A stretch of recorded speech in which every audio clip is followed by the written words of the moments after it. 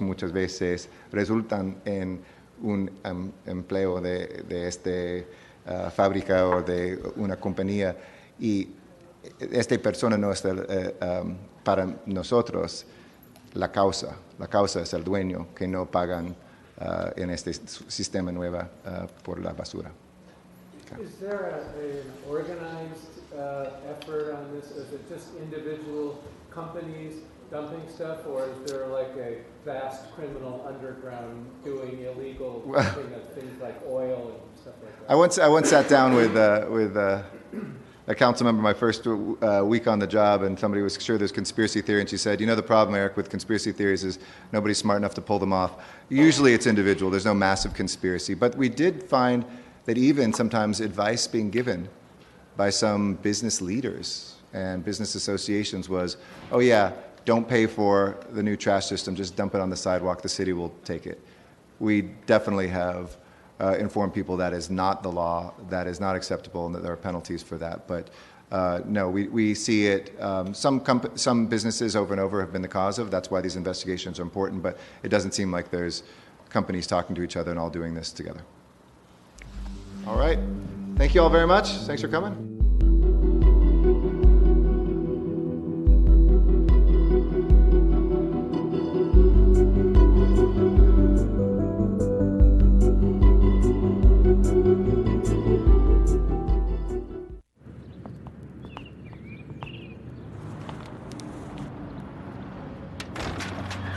Illegal dumping?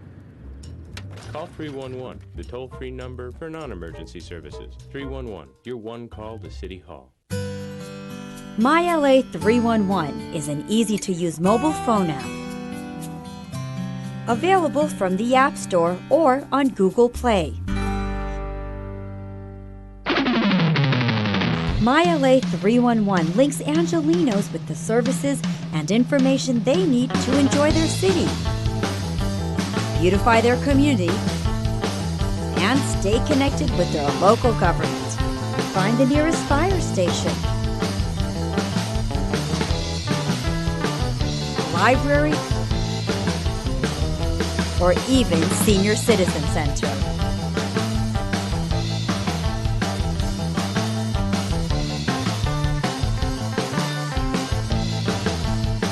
Request graffiti removal.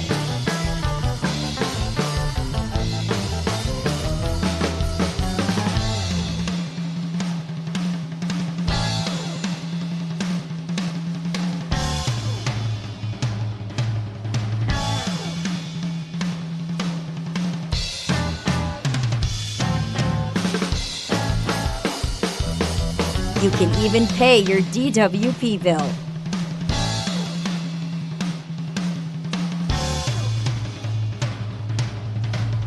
Keep up with what's going on at City Hall.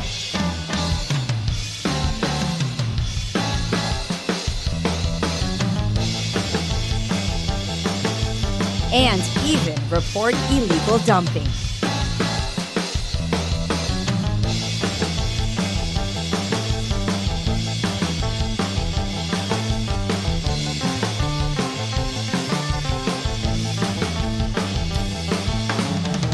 MyLA 311 puts the power of City Hall in the palm of your hand.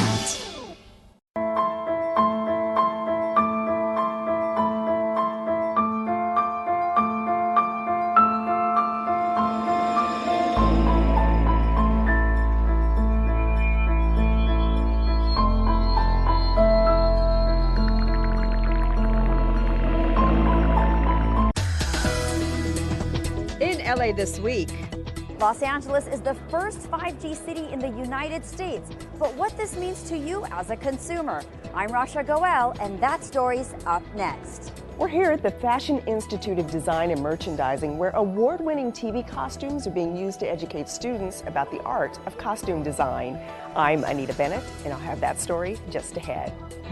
I'm Gil Reyes at a thank you luncheon organized by LA City Councilman David Rue for all the LA City agencies. That story is next.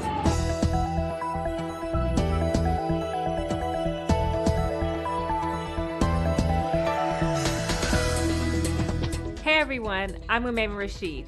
Here's what's happening on LA this week. The 2028 Olympics will be here before we know it. Preparations are already in the works. At a recent luncheon, Mayor Eric Garcetti said the city will be ready. Olympiad 2028, Paris 24, Los Angeles 28.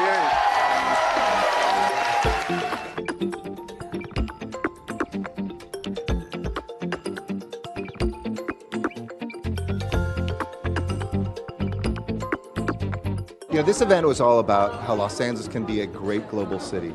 And I say that we already are.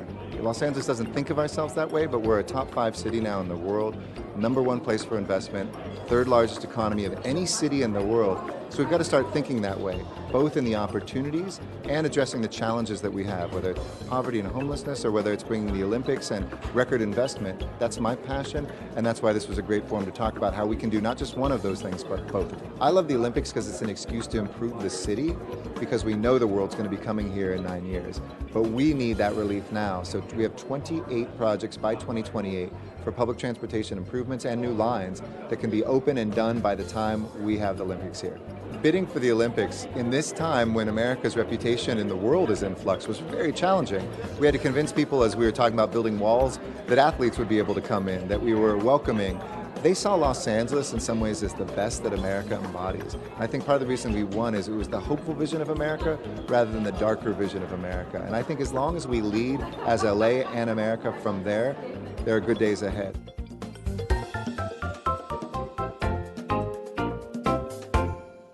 It's the second time the World Mobile Congress was held in Los Angeles. Nearly 40,000 people gathered over the 3 days to talk tech, mobility, and connectivity. Rasha Goel has more on what this means to us as consumers.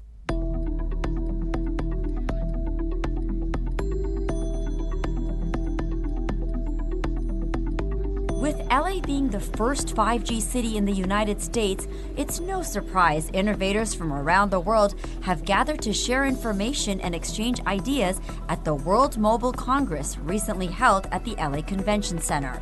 LA has had 5G for a year now, and if you didn't know, here's how it's making a difference in people's lives.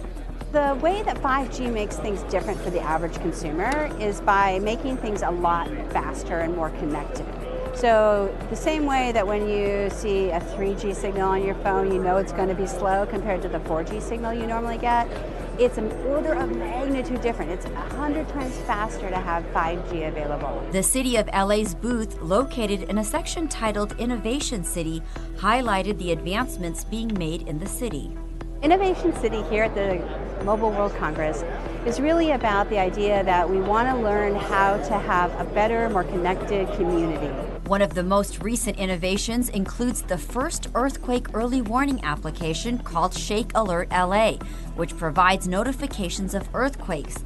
1 million people have already subscribed. So much to see, so much to explore, and so much to learn. But one of the booths that really caught my eye was this one right behind me, the Ericsson booth, where I learned about artificial intelligence and how it's truly being used to help solve everyday problems.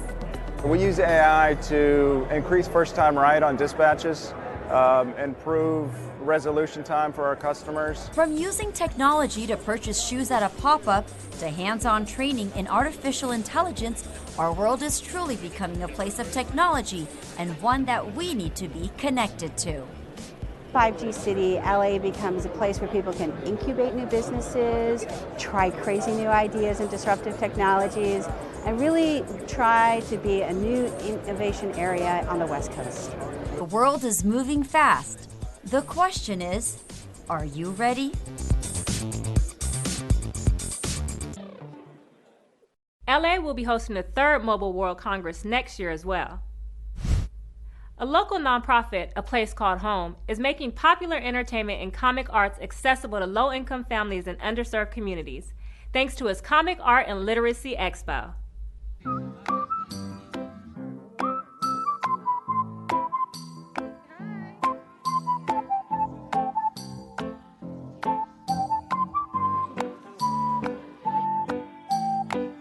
So today we're celebrating our 3rd annual Comic Art and Literacy Expo. So it's our way of having like a little mini Comic-Con for the community here. So we have a lot of guest panelists from different studios within the city. We also have a big literacy component as well, trying to motivate the community to read, to draw, to be part of such a huge industry now. I'm here because my kids need to read more books, and they have projects where they have to read books and they like comics. We came last year too, and it was amazing. They loved it. That'll help them to be able to want to read. I think comics is a wonderful form of art that should be shared by all, and Kale is a wonderful format in which to present it with. I'm encouraging others to do what I do, to show that that because I've made it, with my own, 2 fists and my own efforts, you can too. There's nothing stopping you. More than 5,000 comic books were distributed.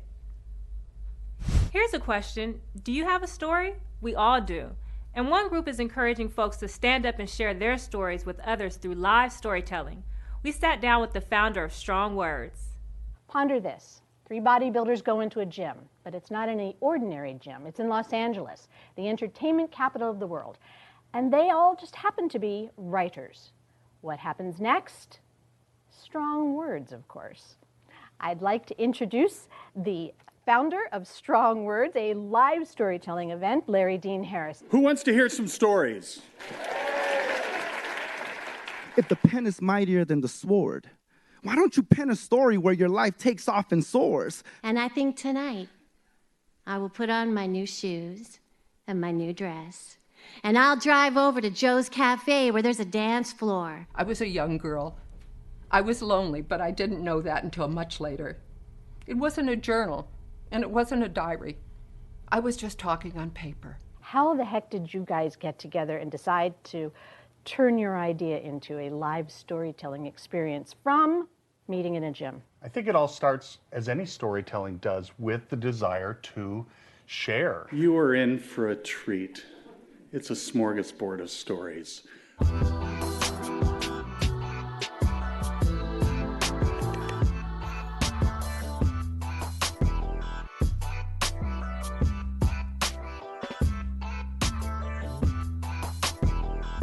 We are in the era of what is your story? It's you on stage and what you want to tell the audience. It's your time. I didn't get to do me.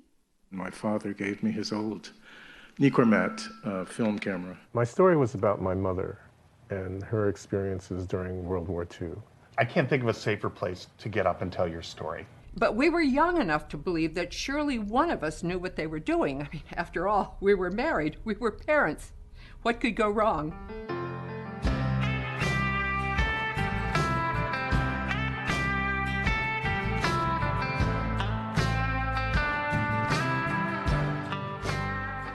It is a community. It didn't start that way, but it's grown to become one. You're now part of our community, and we're going to need your dues. So see me after the show. If you're a small business trying to get off the ground, the City of LA can help through its partnership with Rebrand Cities, an organization that helps owners build their websites and create an online presence.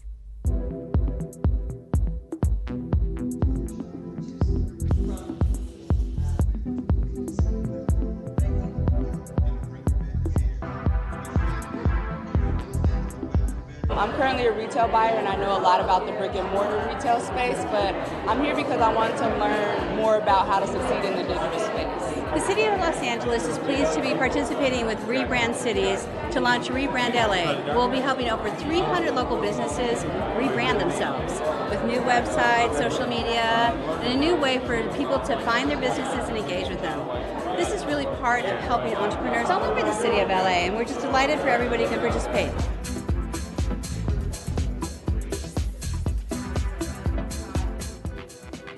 So this is a perfect opportunity to grow your business in a new way, adopt the digital culture. And for government to reimagine the relationship between small business and a municipal partner.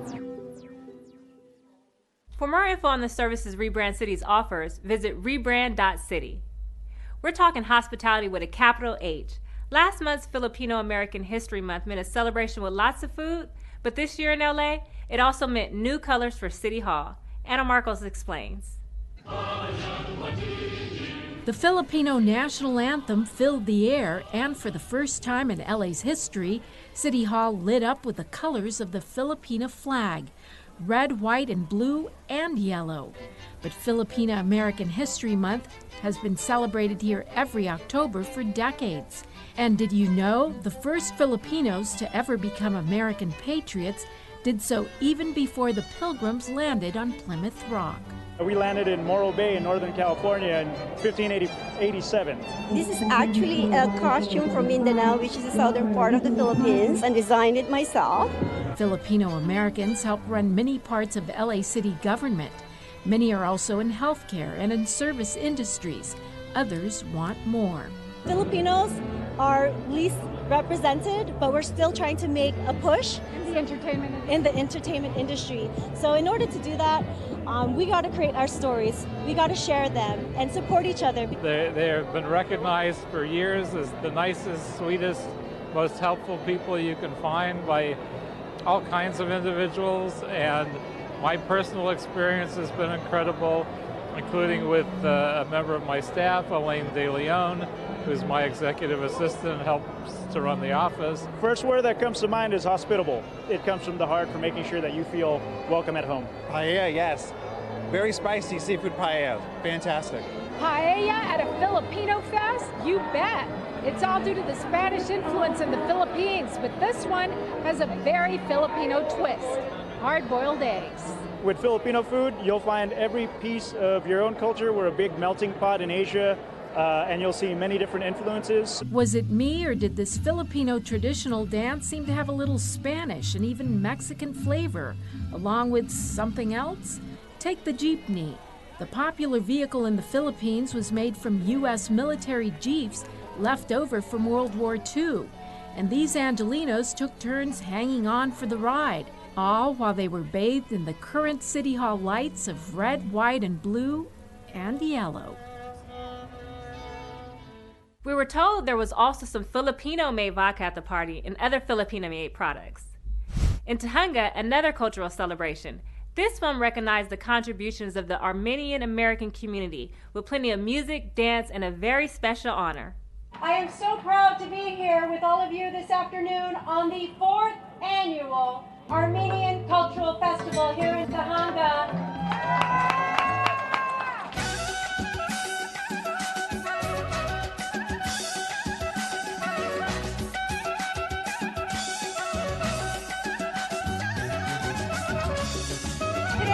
Celebrating the Armenian Cultural Festival here in Tujunga, and we had a special commemoration in the dedication of William Saroyan Square here at the intersection of Belmont and Commerce.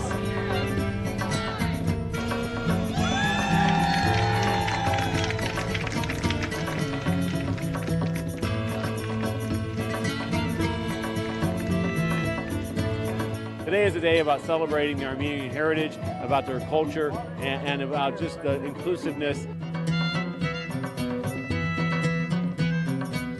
I think for our community to have this, we are blessed, and it just, I think it adds awareness. For us to be a part of a community that has wrapped its arms around all groups, immigrants, native, people that are here, just to be positive contributors to the community. You know, we have the most beautiful city because of our diversity, and celebrating the contributions of the Armenian community here in Tujunga, I think is emblematic of that.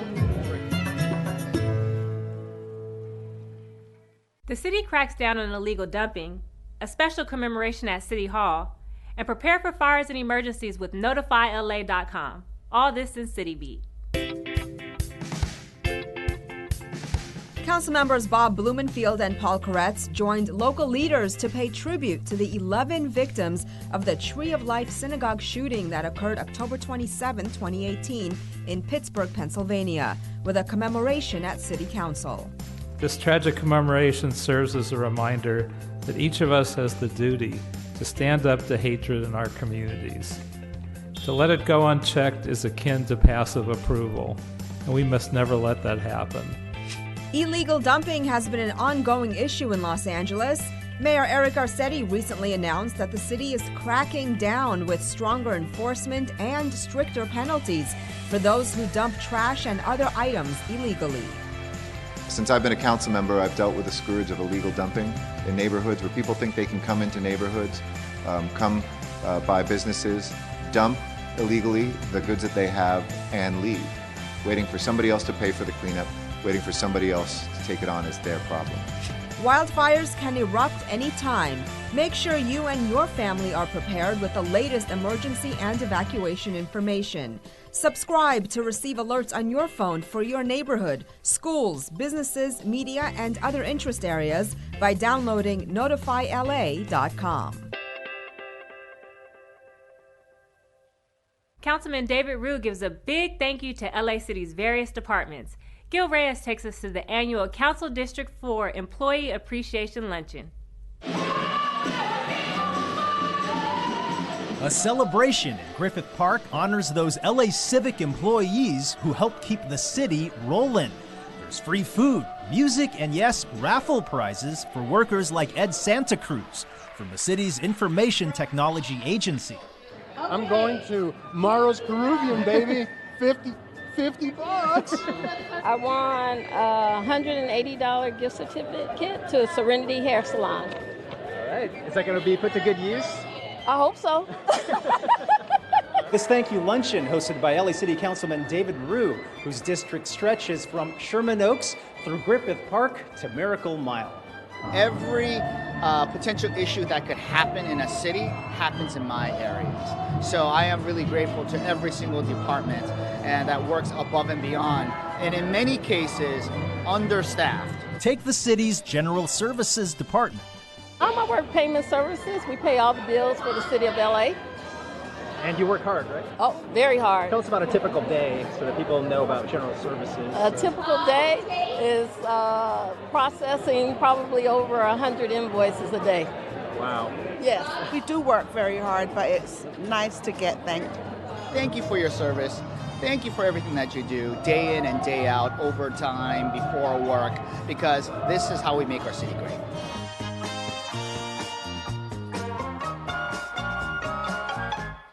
Prizes were donated by restaurants and other businesses throughout Councilmember Rue's 4th Council District, and local band the Hollywood Deltones supplied the live entertainment. Wisdom LA put on a visually stunning treat for the eyes as visitors made their way through an immersive art experience surrounded by vivid, colorful recreations of Dia de Muertos. This is what we feel during the Festival of Life. What we're seeing today is an immersive art installation that brings to life Day of the Dead in a new way. So we're taking the best of what the holiday is and reinterpreting it in a very artistic and very cool way. We have 4 domes, and in each dome we actually have different elements of the Day of the Dead holiday.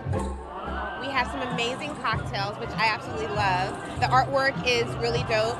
There's a blend of like fire and lights and water. It's kind of like a sound bath, so every room that you walk in is a completely different experience, and just a great way to celebrate the holiday. Get a taste of what Dia de Muertos signifies for us, for Latinos, and especially for Mexicans.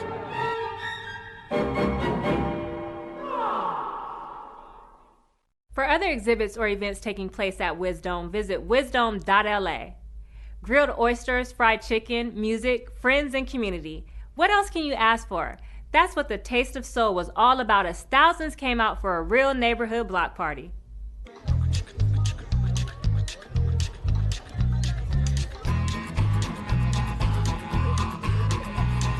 Taste of Soul, the biggest, best party in Los Angeles. Every year, 350,000 people, nearly 1 out of 10 Angelenos come right here to the heart of LA to celebrate food, music, culture.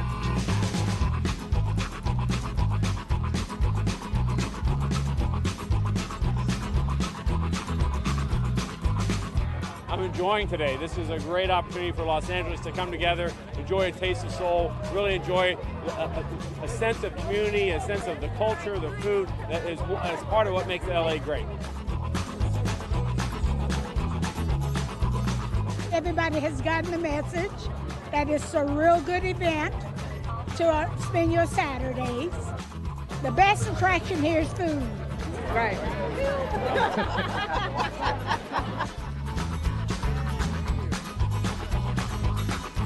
It makes me feel great to see everybody come together and just have a great time.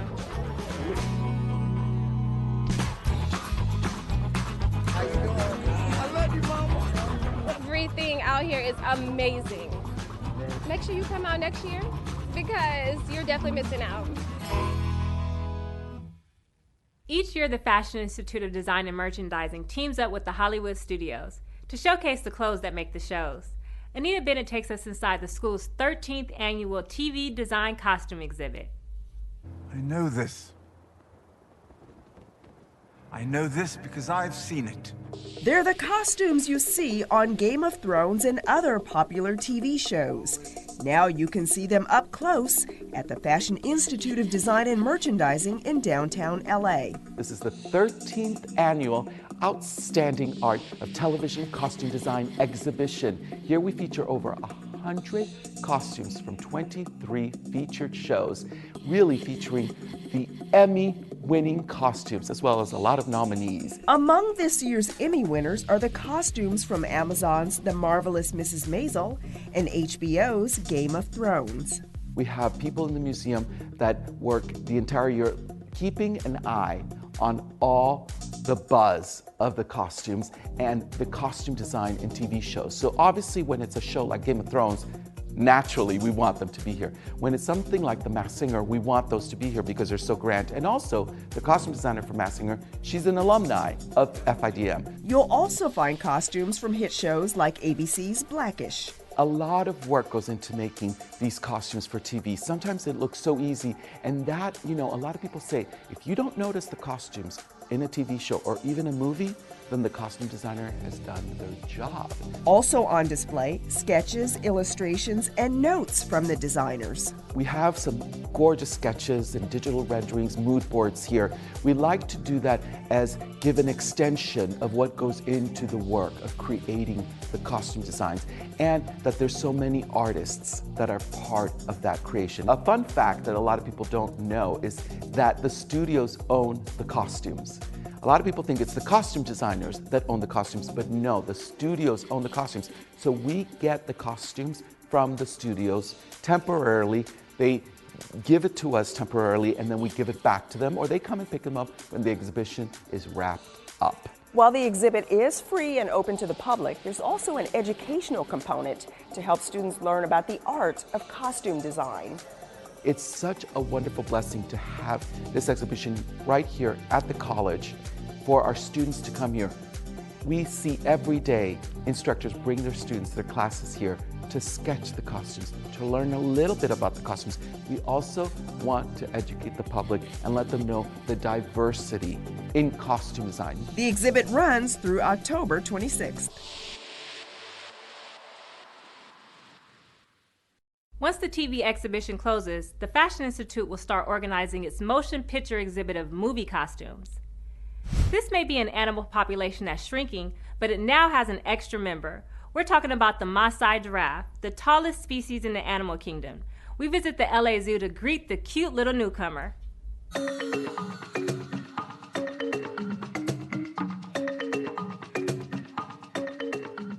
The giraffe herd at the LA Zoo just got a little bigger.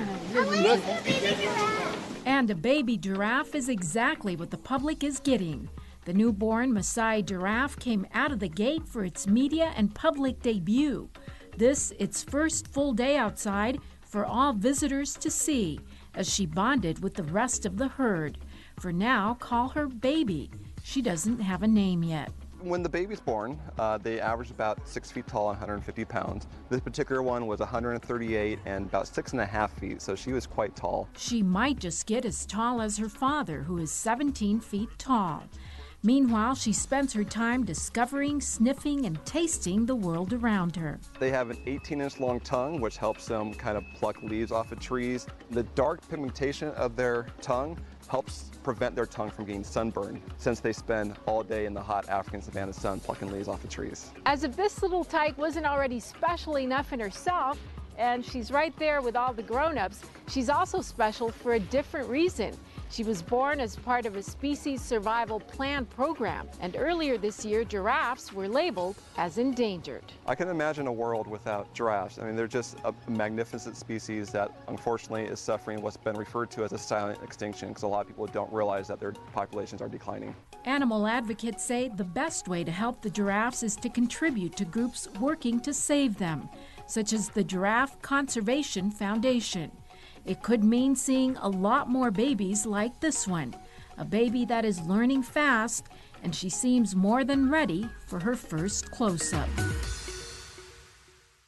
To find out more about the Giraffe Conservation Foundation, visit giraffeconservation.org. Check out some cool artwork at an open studio, get your Java fix at a coffee festival, and if you have a thing for sneakers, you definitely won't want to miss this pop-up. All this and things to do. Fall is here, and the artists at the Keystone Art Space are getting ready for their seasonal open studio. Keystone Art Space has over 50 artist studios featuring painting, illustration, printmaking, photography, sculpture, and more. The event is free and open to the public, so check out the Keystone Art Space Open Studio Saturday, November 9th, beginning at 6 p.m. For details, email keystoneartspace@gmail.com. The Los Angeles Coffee Festival is a champion of culture.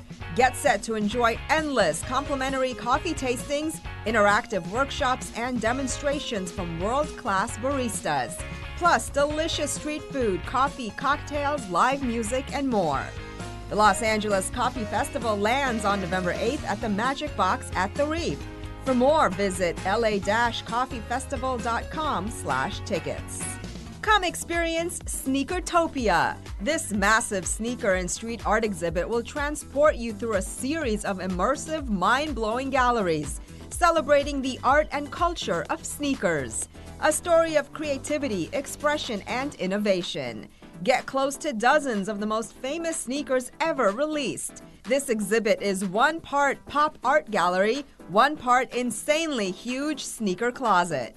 Don't miss Sneakertopia LA, happening throughout November at the Promenade at Howard Hughes. For ticket information, visit sneakertopia.com. And that's a look at some things to do.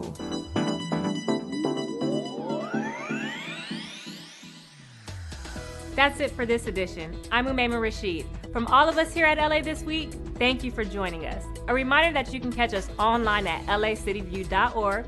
We're also on Facebook, Twitter, and YouTube. See you next time for more LA This Week.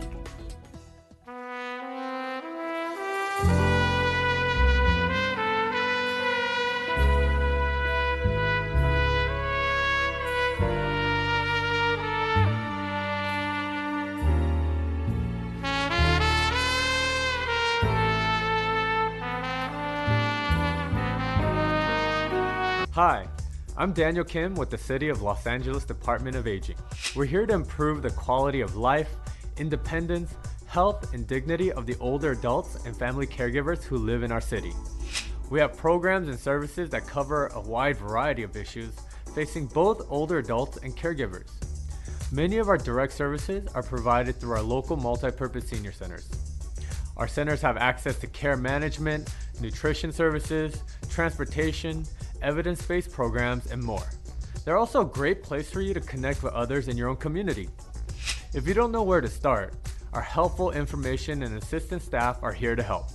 We're able to connect you to your local center and other resources like health insurance counseling, elder abuse resources, and even job training opportunities. Also, did you know that if you provide unpaid assistance to an older adult spouse, family member, neighbor, or friend, you're a family caregiver? We have resources for you through our department's family caregiver training and support. For more information and resources, you can call us at 213-482-7252 or simply dial 311.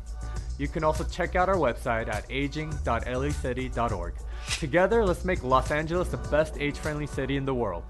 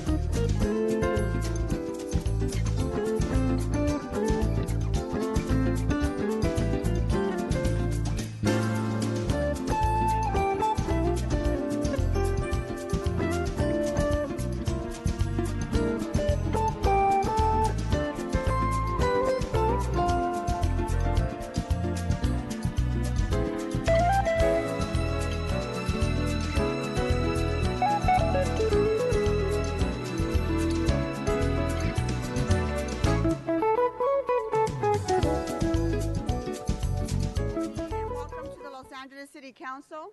This is Tuesday, Wednesday, November 6th. I'm sorry, today is Wednesday, November 6th, and this council meets on every Tuesday, Wednesday, and Friday. Madam Clerk, we have a quorum. Can you please call the roll? Blumenfeld, Bonin, Buscaino, Cedillo, Heristason, Weezer, Koretz, Krikorian, Lee, Martinez, O'Farrell, Price, Rodriguez, Rue, Wesson.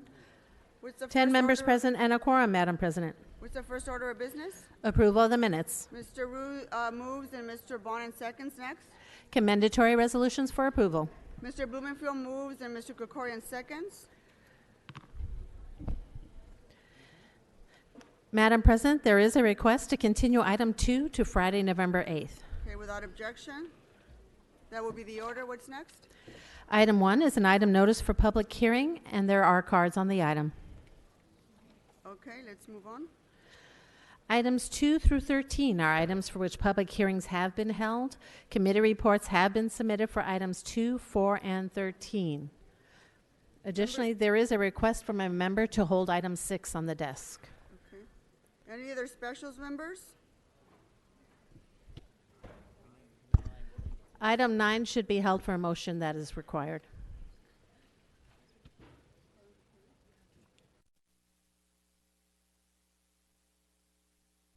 Mr. Krikorian?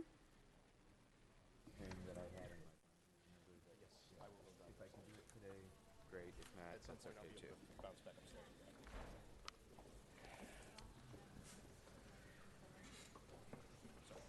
Mr. Krikorian, item number 9? Oh. Did you wish to speak on that? Thank you, Madam President. On item 9, I'd call it special in order to move the Budget and Finance Committee report, please. I'll go ahead and second that, yeah. Madam President, that leaves items 2 through 5 and 7 through 13 to be voted on. Okay, let's go ahead and open the roll on those items. Close the roll and tabulate the votes. 10 ayes. And Madam President, the items with ordinances will be held over 1 week unless reconsidered later this meeting with 12 members present. Okay, thank you. That takes council to items 14 through 17, which have been scheduled for closed session. Would you like to hold those on the desk? Yeah, let's go ahead and hold all those items unless Mr. Krikorian wants to speak on those. Yeah, thank you, Madam President. Items 14 through 16 were all considered by Budget and Finance, which recommends approval of the City Attorney's recommendations.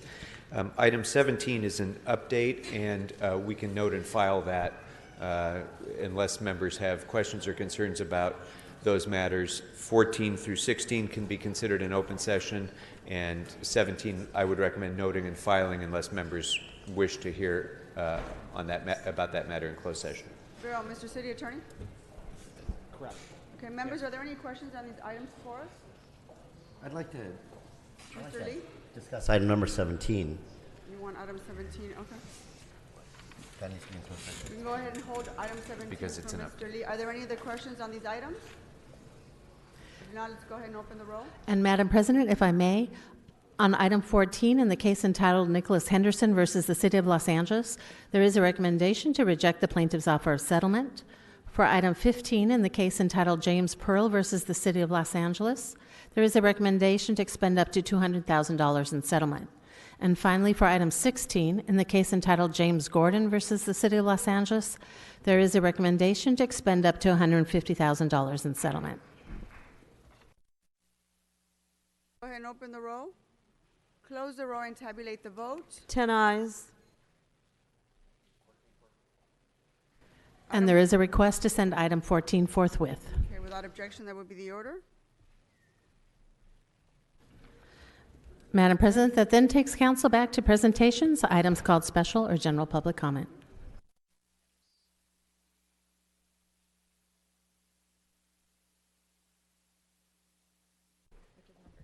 Okay, Mr. Rue, let's go ahead and take up your item number 6. Thank you, Madam President. And colleagues, this is a long time coming. Over the past 3 years, my office has been working with the offices of Supervisor Mark Ridley Thomas, Supervisor Hilda Solis at the county, board members Nick Melvoin and Monica Garcia at LAUSD, who has joined us here today. You guys want to stand so we could recognize you guys?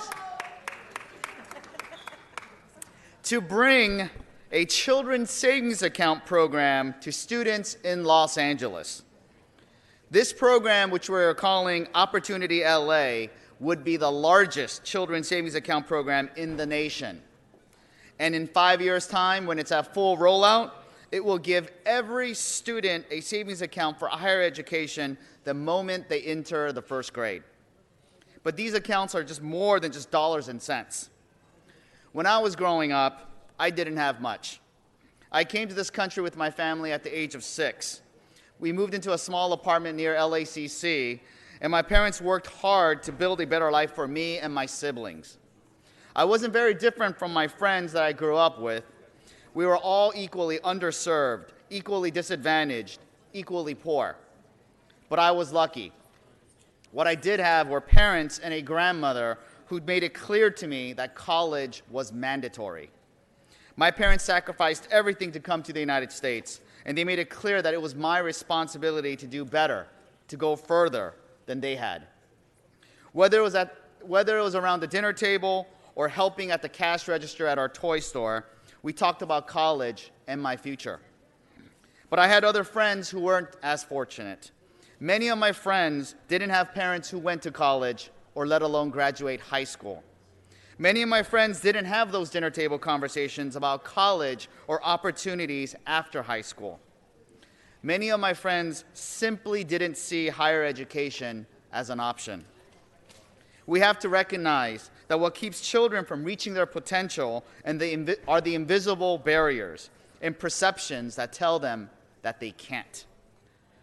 Too many children are told they aren't good enough, wealthy enough, or worthy enough for a college education. While the importance of having a college degree only increases with each generation, 30 years ago, a full-time worker with a high school diploma earned 40% less than a full-time worker with a bachelor's degree. Today, that difference is 84%. In that same period, the share of jobs requiring a post-secondary degree has more than doubled. Moreover, 28% of our children's families in our city are underbanked or unbanked.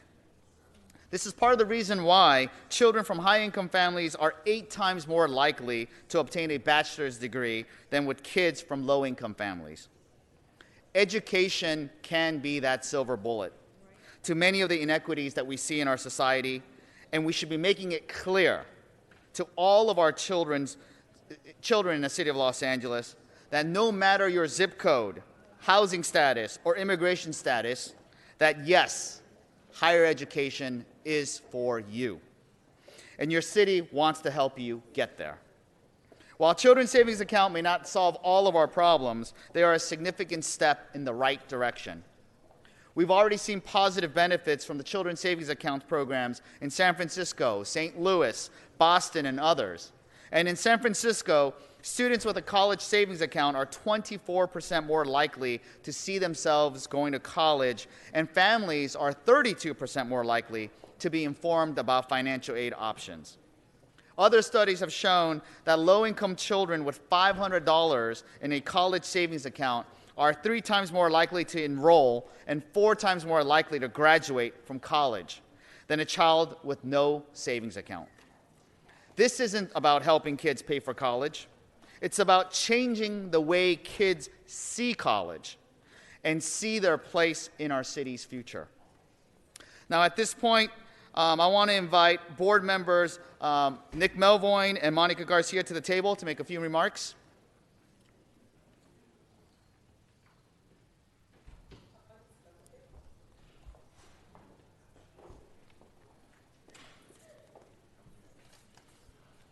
Thank you for the invitation, and good morning, President Pro Tem Martinez and honorable members of the City Council. It's a pleasure to be here to share in this exciting effort. My name is Nick Melvoin, and I'm the proud Los Angeles Unified Board Member for District 4, covering West LA and the West San Fernando Valley. I first want to thank Councilman Ryu for his leadership on this and for working so diligently over the past 3 years to reach this exciting point, and I want to thank his staff as well. It's been said that we sit in the shade today because someone planted a tree a long time ago. And that's what we're doing with this effort. We're planting a seed that will enable more of our children to sit in the shade on college campuses that have too often been out of reach because of financial limitations and that soft bigotry of low expectations. We increasingly talk a big game about ensuring that every child is prepared for college. But Opportunity LA, which will be the nation's largest attempt at creating college savings accounts, is literally putting our money where our mouth is. These savings accounts will help incentivize kids to do better in school, show up more frequently, start thinking early about their future, and enable their families to start the all too difficult process of planning financially for college. We're making a promise to these kids today. If you work hard, do well in school, and graduate college ready, there will be some financial assistance waiting for you to make your college dreams a reality. This builds on the work we have begun at LA Unified to make college more accessible, including offering the SAT for free during the school day, last year doubling the number of our students who took the college entrance exam, and working with students and their families to complete the FAFSA at historic rates. And in a district where over 80% of our students are living in poverty, this is also an opportunity to connect families to banking services that can help them out beyond the investment we're making here today. I'm also proud to be a part of this effort because it acknowledges that we all have a stake in the future of this city. The distinctions we have as adults between school district and city and county don't matter much in the eyes of our first graders. And this historic collaboration is, I hope, the first of many such efforts to approach problems from the eyes of our youngest learners and not our more disillusioned adults. I spend time in schools every week, and I can tell you that these kids are worth this investment. The return on this investment will not only benefit them, but our city as well. So thank you for your support. Good morning, buenos dias, distinguished leaders of Los Angeles. How fun to be with all of you today, celebrating your leadership and uniting and telling our little kindergarteners we love them, we believe in them, we have high expectations. 2032 is not far away. Our kindergarteners will graduate that year, and Opportunity LA grows the vision that we share for a strong, successful, and vibrant Los Angeles. This effort is about putting our money where our mouth is, but I know if we went around and shared our personal stories, it is about someone invested in us, somebody said, yes, she can, and of course, the love that we were surrounded with in our families and communities. So today, we join you in celebrating the leadership of the city of LA. You have helped us build schools. You have helped us grow graduation. And more than anything, we are one city. We celebrate the one vision that every child has something to offer. So for today, I come to say, well done, City of LA. It is good to work together with the county, with the district. We know how to interrupt poverty. This is the bridge. Many of us got a chance to get to graduation in college because of Cal grants and other financial aid. This $50 is way more than a bank account. It is about helping our young people see their future, self-sustainability, self-determination. I can't wait till 2032. Thank you, thank you, thank you. Thank you. And I just really want to thank our partners at LAUSD again, and of course our Board of Supervisors as well. This is 3 years in the making, and thank you so very much for your efforts. And this is one of a prime example of how our jurisdictions can come together for our city's future, to make it a bit brighter. And it's been a pleasure working with all of you guys. And Madam President, I'd like to also invite up HSID at this time to the table. Rushmore, there you are, to give us a brief presentation and answer questions any of my colleagues might have. And Ms. Marquez? Good morning, Rushmore Cervantes, General Manager of the Housing and Community Investment Department. I'm joined by Assistant General Manager Abigail Marquez. And first of all, Councilman Rue, thank you very much for your leadership on this. As you stated, this has been a long time coming. and it's been a hard fight, but we are finally here, and we're very thrilled to be able to partner with with you, as well as the council, LA Unified School District, as well as the County of Los Angeles. This is a natural progression. As you know, the Housing and Community Investment Department provides an array of social services, as well as homeless prevention strategies. We work with each of our family source centers to provide academic advancements, helping them with LA Unified School District counselors on site to be able to promote and get the children to go to the next level. We also require college corners for each of our family source centers to ensure that the students understand and get help as to where to apply and how to apply to college. Well, obviously, financing is a major issue of going to college. So we're thrilled to be able to incorporate this over the course of the 5-year rollout period, to be able to ensure that every single student, first grader in the LA Unified School District, has the access to these dollars, and that the fact that the parents have to opt out. This is something where it's going to be automatic. And with that, I'm going to turn over to Abigail, who's going to go over a short slide deck to kind of describe the basics of the program. But again, we're thrilled to be here and answer any questions you may have. Abigail? Thank you, Rushmore. Before I walk through the presentation, I also just want to acknowledge the collaborative effort of some of our city departments, including the city attorney, the CLA, and the CAO, who have been part of our working process and planning meetings for the last 3 years. The first slide does show you some pretty staggering statistics, and we just want to frame why a program like the Children's Savings Account program is critical, and it creates an opportunity for the city to partner with a county and the school district to support the school district priorities. The school district has a goal of getting to 100% graduation rate, to preparing students for post-secondary education or vocational training, and those are in direct alignment with city priorities and county priorities. The goal of the Children's Savings Account program is to make higher education an expectation and a reality for students across the city, regardless of their socioeconomic status or their immigration status.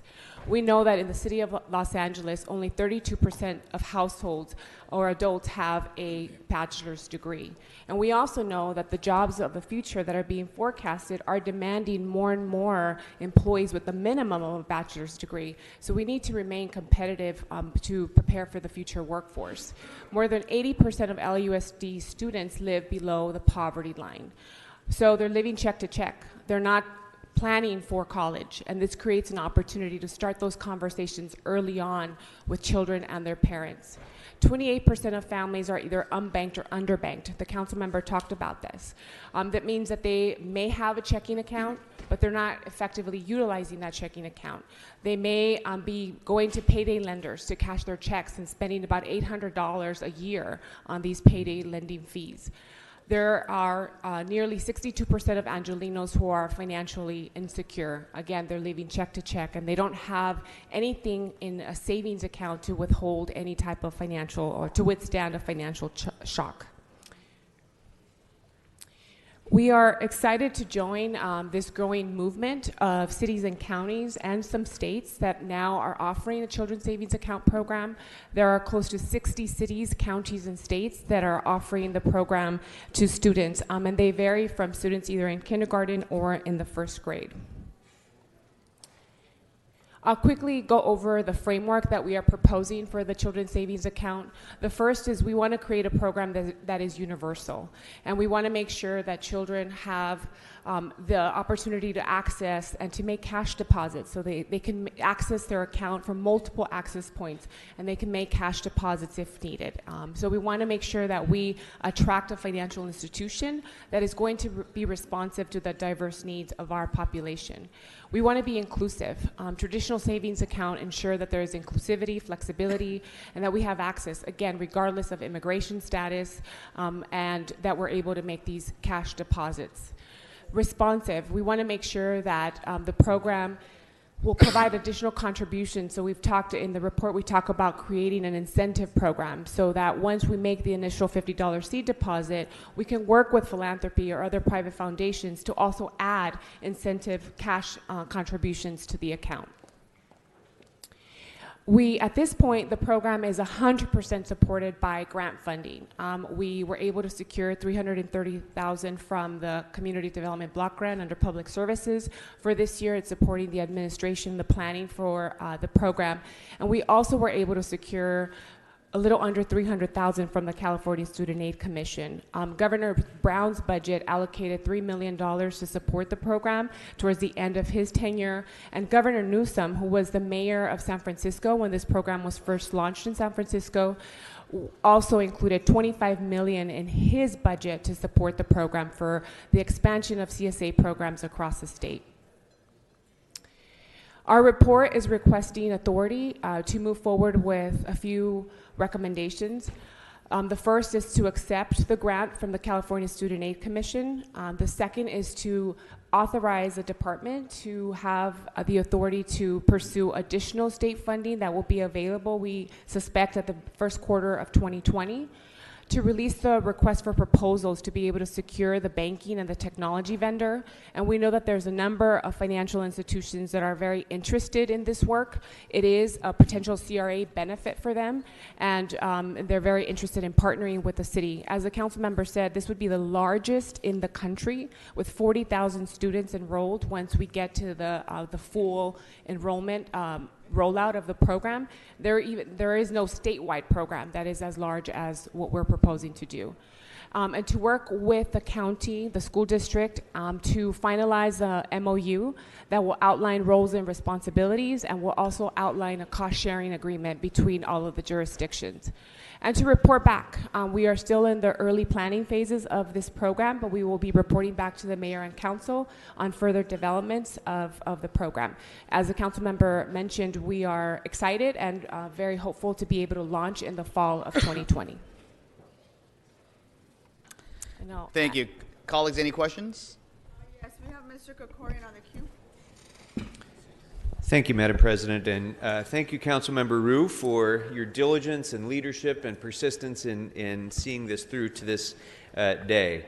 I think this has the potential to be a very important step forward for many of the young people of Los Angeles and for Los Angeles overall. I wanted to clarify a couple things so that we're all cognizant of what we're approving today and what we're not approving today. So, first of all, I think what I heard was that the initial seed funding is entirely grant funded. There's not a penny of general fund dollars being invested in this at this time. Correct. Okay. But at the same time, we're talking about a 5-year rollout. Any future investments would either have to be grant funded at some point in the future, or they would have to go through the ordinary budget process, whereby the investments that we choose to make or not choose to make for any year following this year would be competing against all of the other budget priorities that this council has to grapple with for other types of benefits that benefit young people of Los Angeles and all the other people of Los Angeles, correct? So we'll need to make cost-benefit analysis of this in determining whether any money at all is provided to this program starting in the next budget year. Question or statement, but this department, working with Councilman Ryu, will continue to look for alternate sources of money, such as the state of California, who's made funds available for said programs, and will continue to pursue other options. And the utilization of city general funds would be the last stop, if you will. Well, you say it'll be the last option, but whether it's an option at all is going to, I want to make sure that everybody is very clear on this. At the county, which has principal responsibility for funding social programs, and at LAUSD, which has principal responsibility for funding programs that relate to our students. I want to make sure everyone understands that the city is not committing a penny today, other than the grant funding that has already been approved. Correct. Right? Correct. Okay. Now, in that regard, I also want to make reference to AB 15, which is pending in the state legislature by Assembly Member Adrien Nazarian, which would establish a scholarship 529 college savings program for every child in the entire state subject to funding. So if that bill is passed and signed by the governor, then we will have a state infrastructure and a state funding source that will be able to support this as well. Right? So everybody who loves this program, I urge you to contact your state legislator and make sure that they're supporting AB 15, and contact the governor and make sure he's continuing to support this as well. And then finally, I'm sure this will be worked out as we move forward with the MOU and all, but LAUSD obviously encompasses many cities and residents, students who are not residents of the City of Los Angeles. And if the City of Los Angeles is going to support a program for the children of Los Angeles, some consideration will have to be made so that our tax money is not being spent to support students outside of the City of Los Angeles. That will be the counties or the states or LAUSD's obligation, not the taxpayers of the City of Los Angeles. And Councilmember, yes, we have been very clear about that with the county, and we've had extensive meetings with the county, multiple county departments. We are working on a cost sharing agreement with the county so that they are identifying funding to support students outside of the city. Great. Very good. Thank you very much. Thank you, Mr. Krikorian. We have Mr. Cedillo on the queue. Madam Chair, I didn't want to add much more than Mr. Krikorian, although he's been very prudent in his prudent nature with respect to guarding our treasury. But I did want to say this. I think it's a wonderful program. Thank you so much. It's a wonderful program. We all have our stories. We all have our memories. I remember my father worked at American Can Company, and when I was young, he would talk about that there was a scholarship that they would have for the children of the people who worked at that factory, and that was something that was really important to him. But what I did want to offer is that you could maybe call it the Dream Act LA, because I think it is those types of things that inspire communities and people to prepare and to look forward and to think about the future of their children. You noted that 80% of the population lives in poverty and financially, and that's an objective metric. But I will say this to you, that I know this subjectively, that while that may be the case, all those parents want their children to have a better life. Without exception, every single one of those parents, a large immigrant population, a large undocumented population, they're not here simply to better their lives, but they're really here. They've left their countries, they've left their places, they toil, they do their hard work, they suffer under challenging circumstances. They do all that so that their children can have a better life. And this, coupled with the California Dream Act and with all the resources from our state and university system, from our community college system, will create that bridge for them to move forward into a better life. So I just want to commend you, Mr. Ru. I want to congratulate you. You've done something really noteworthy, something significant for the future of our city, and I applaud your efforts. Thank you. Congratulations.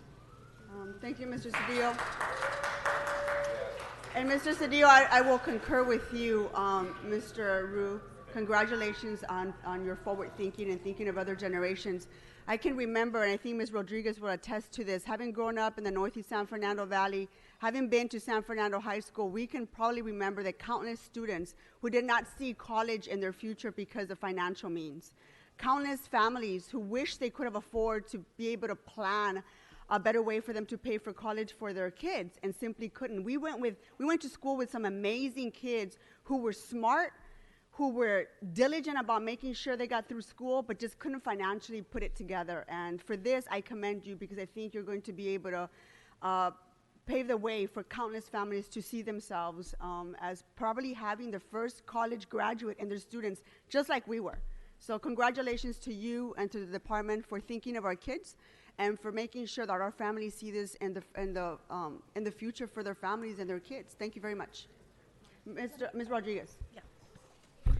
Thank you, Ms. Martinez, and I think you really captured the essence of what we're talking about here, is that many of us have these stories to share.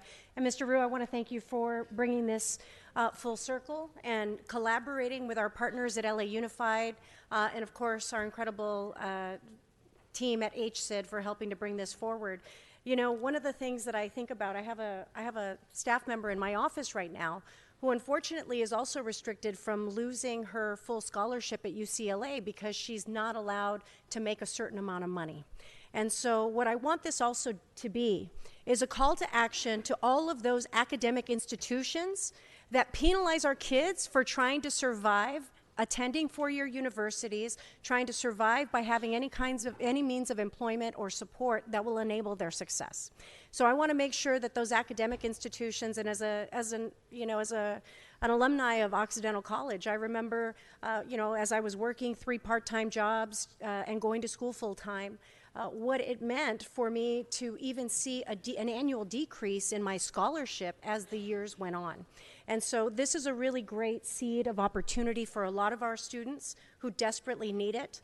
But I'm using this as an opportunity to make a call to action for all those academic institutions, all of those scholarship funds that look at these mechanisms of support that we are providing our students to be successful, and making sure that what they're not doing is going to further penalize them from the responsibility to assure that we will fully fund these kids to have these academic opportunities that they would otherwise be deprived of. So again, my congratulations to you, Mr. Rue, and to everybody involved for helping to make this an incredible, wonderful reality for our kids. Thank you, Ms. Rodriguez. Mr. Rue to close. Thank you, Madam President, and I thank all my colleagues for all of your comments. And, and I think it was said earlier, when I went to college, I did get a few scholarships, but again, as Board Member Rodriguez, Monica Garcia stated, is if it wasn't for Pell Grants, Stafford loans, Perkins loans, I would have never been able to go to college. And many families who don't think of college is affordable because they have no financial means don't even know that there's financial aid, that there's a FAFSA application, that many families can qualify for all sorts of different types of monies, and that's what this will help do. And I thank my comments from Mr. Cedillo, and he hit the nail on the head. And one of the key differences between this children's savings account and 529 programs up at the state is the fact that irrespective of your zip code, housing status, financial status, or even immigration status, you will qualify. You will automatically get this account. That's why we're working with our state representatives, especially Assembly Member Nadreen Nazarian on AB 50, because the current 529 programs in the state has certain restrictions, and it will bar a huge segment of our populations here in Los Angeles. So, your concerns, Mr. Krikorian, are well noted. We are fully funded for the first 2 years. We have, and the County of LA is fully vested, and they will also be taking a vote to put in money for their portion as well as beyond.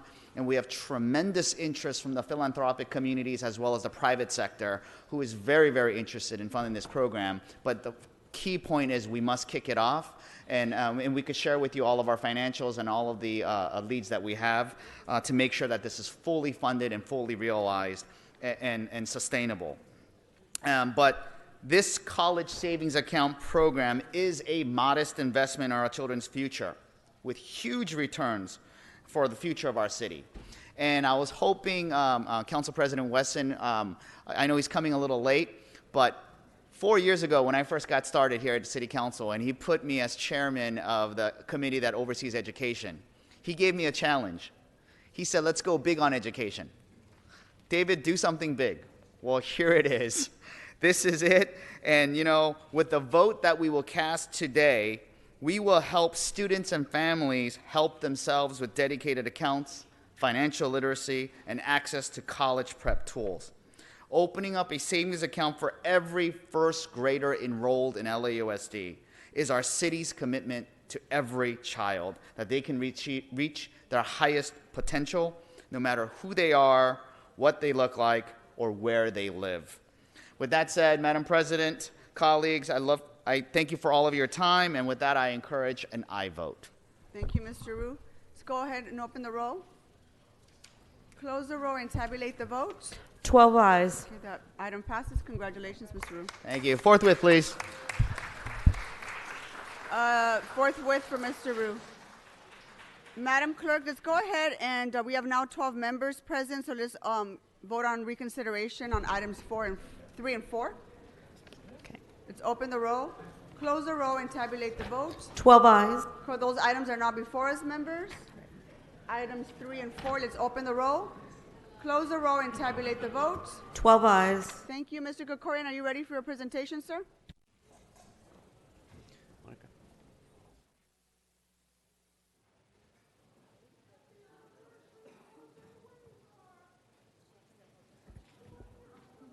Thank you, Madam President. Before we begin, could you please ask Mr. Spindler and Mr. Herman to keep silent during the presentation and not disturb our meeting, Thank you, please? Mr. Krikorian. Mr. Spindler and Mr. Herman, this is your first and final warning.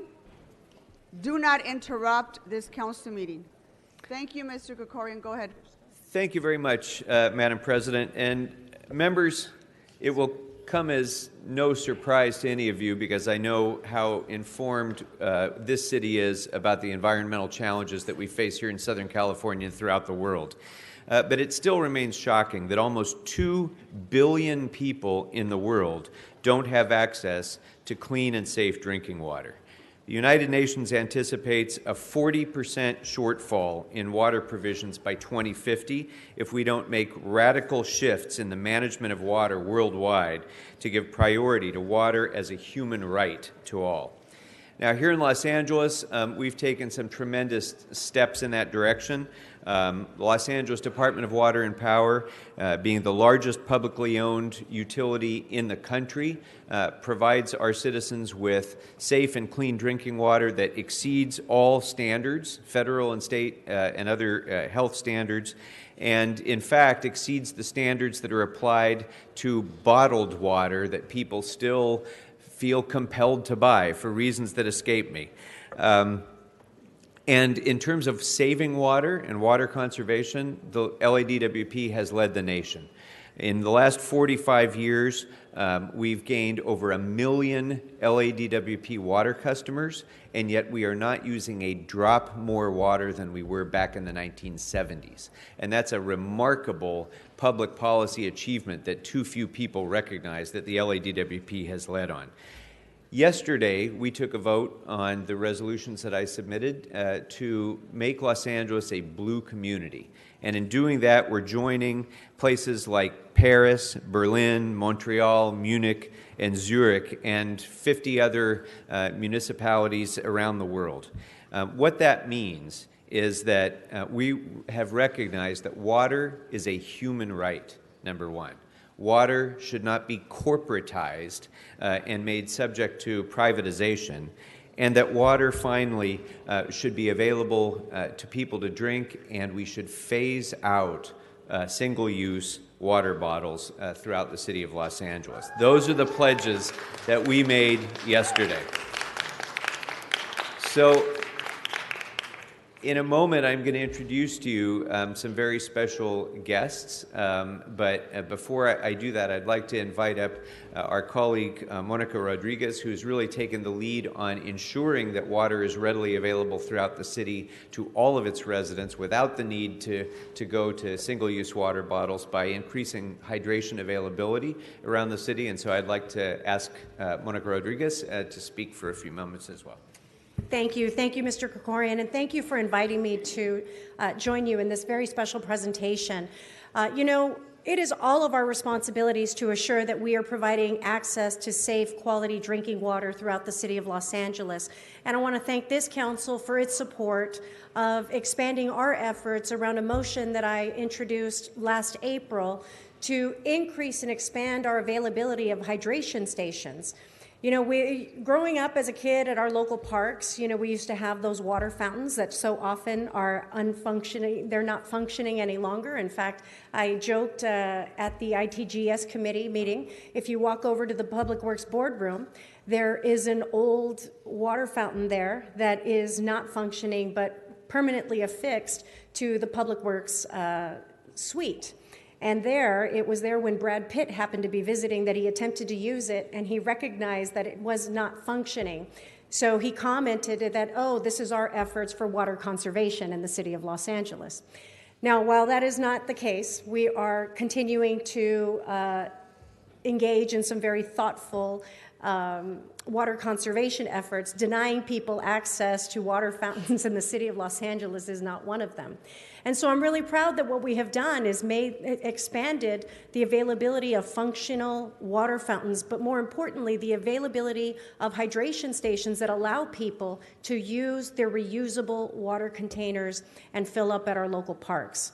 Moreover, what we are doing is that we are also providing for our four-legged friends who also need water, the dishes that we'll be able to capture for them to also have access to safe, clean drinking water at our local parks. And this is an effort that we have continued to work on and expand citywide, and I really want to thank our Department of General Services, the Department of Water and Power, and Rec and Parks for their work to help make sure that each of our communities, regardless of the zip code, has access to clean drinking water in the city of Los Angeles. And if not for the work of the Department of Water and Power to assure that the quality of our water is to the standard that it is, you don't have to buy that Fiji bottle. You don't need Evian.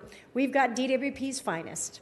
And so we want to make sure that that's accessible to everyone, but we are leading the way here in the city of Los Angeles to make that accessible to everyone. And I want to thank you, Mr. Krikorian, for making this declaration that here in the city of Los Angeles, we will lead by example.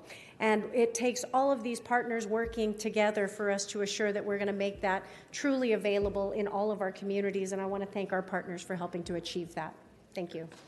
Thank you very much, Ms. Rodriguez. And this work that Ms. Rodriguez is doing in ensuring hydration is a matter of economic equity as well as environmental protection. People are paying $5-6 a gallon for drinking water when they could be paying 2 cents a gallon for DWP water, and it's been a scam that people have been convinced that they have to buy water imported from Fiji or from any of these other places, that the bottled water companies are imposing on our people to their great economic detriment as well as to the detriment of the environment. So this is a really important step forward. And providing that safe and clean drinking water that we enjoy here in Los Angeles at a very affordable price is our Department of Water and Power. And so I'd like to invite up next the Senior Assistant General Manager of the Water System, Richard Harasik, to talk about what DWP is doing to ensure that we continue to have that safe, affordable, clean water supply. Richard? Thank you, Councilman Krikorian. 106 years and 1 day ago, the Los Angeles Aqueduct first brought water to the city of Los Angeles. As he stood on the podium, William Mulholland said, "This rude platform is an altar, and on it we are here consecrating this water supply and dedicating this aqueduct to you and your children and your children's children for all time." So we here at DWP stand in, well, you could say this cathedral and continue that pledge in a line of next Mulholland moments, a pledge to continue to serve reliable, safe, clean, and affordable water supply for this great city.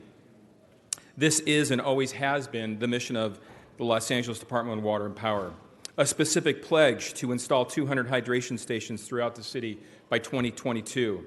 We are a world-class blue community city backed by a state-of-the-art water system that ensures you will always have high-quality water anytime you open the tap.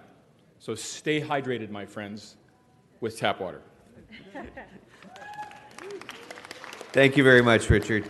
Now, the other part of the water equation, of course, is sanitation, which has been too often privatized again throughout the world.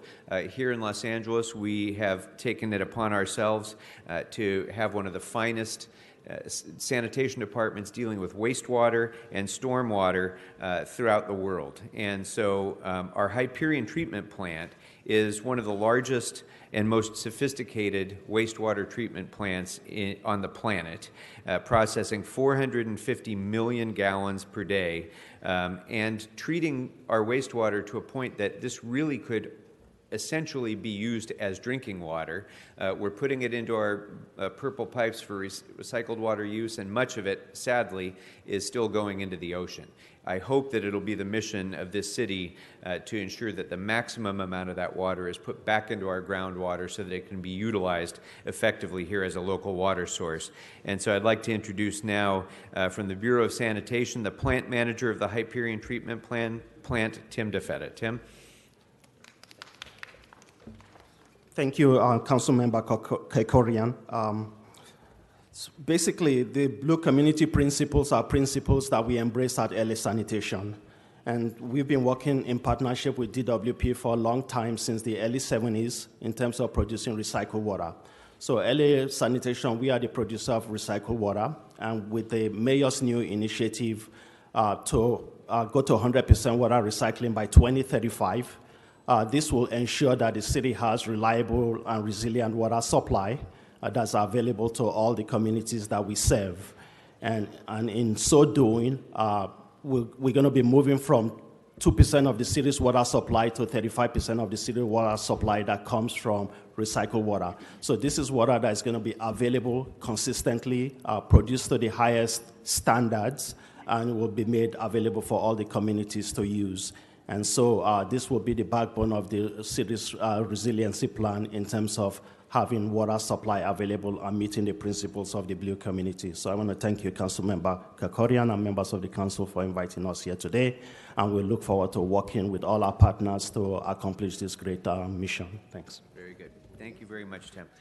And now, members, it's a real honor to introduce our special guest and honoree today, the woman who founded the Blue Communities Project worldwide. She is the chair of Food and Water Watch. She began this program in Canada, where she is from, and it has been recognized as being among the leading experts in the world, really, on water rights and water quality and availability. In 2008 and 2009, she served as senior advisor on water to the President of the United Nations General Assembly and helped lead the campaign to have water recognized as a human right by the United Nations. She's the author of dozens of reports and 16 books, including the international bestseller Blue Covenant, The Global Water Crisis, and The Coming Battle to the Right to Water. Please join me in recognizing and honoring our special guest, Maud Barlow. Maud, welcome. Wow, thank you very much, Councilman Krekorian. I am deeply, deeply moved to be here. I want to give a special shout out to Karine Mandelbaum with the R20 Regions of Climate Change, Climate Action, for the work that Karine has done, putting us in touch with each other. I'm just absolutely thrilled to be here. I came all the way from where I live in Ottawa, Canada. It's not as warm there as it is here. And I just want to say that what you're doing is joining a family of communities that want to take the human right to water seriously. As Councilman said, that in 2010, the United Nations General Assembly recognized the human right to water and sanitation. But the crisis is growing. The UN says that now a quarter of humanity is facing a looming water crisis. And the sanitation issue is even more severe, and it is not just in the global south. So by taking this step together with other municipalities, and in fact now educational institutions are becoming Blue communities. We have faith-based communities taking the pledge of water as a human right. There are now, with Los Angeles joining, there are now 25 million people living in official Blue community cities or towns around the world. My dream is to make the world go blue, one community at a time, because the scourge of the water shortages and the pollution and our destruction of water is the first and worst face of climate change, and it's one that we have to tackle together. We have to protect watersheds, and we have to share water justly, because that's our calling and that's the commitment we've made. So I thank you with all my heart for being part of this and for taking this leadership in your country. Thank you so much. Thank you very much, Maud. By the way, members, we became the first Blue community in the United States of America yesterday. So hopefully New York and Chicago and other places will soon be following Los Angeles as they do in so many other things. So thank you all very much, members. And with that, I'd like to... Mr. Krekorian, I don't know if you want to do this after, yeah, but no, we do have go one right member ahead, on Madam the queue. President. Mr. Correct? Thank you, Madam Chair, and I want to thank Mr. Quarian and Ms. Rodriguez for bringing this forward. I think it's absolutely critical for a variety of reasons that we take these actions, especially to replace the use of plastic water bottles. I mean, there's no reason that we add to climate change in so many different ways, in production of the plastic, in transporting water from Fiji. None of it makes good sense, especially when there are places like Australia that are facing 0 day when their water may actually be shut off completely. We should do whatever we can to conserve. I had my chance to do some of that with the Metropolitan Water District for a few years, and encouraged LAX years ago to place water stations in the terminals, which they've done. This is a critical step. It's wonderful that we're doing this at our parks, and probably families that are the least able to afford it are buying bottled water because they're told that it's better. I know some studies have shown that some brands of bottled water are not as clean as LA tap water. So why the heck we're having people pay for it is beyond me. This is a great step forward, and thank you so much for doing it. Back to you, Mr. Krikorian. Thank you.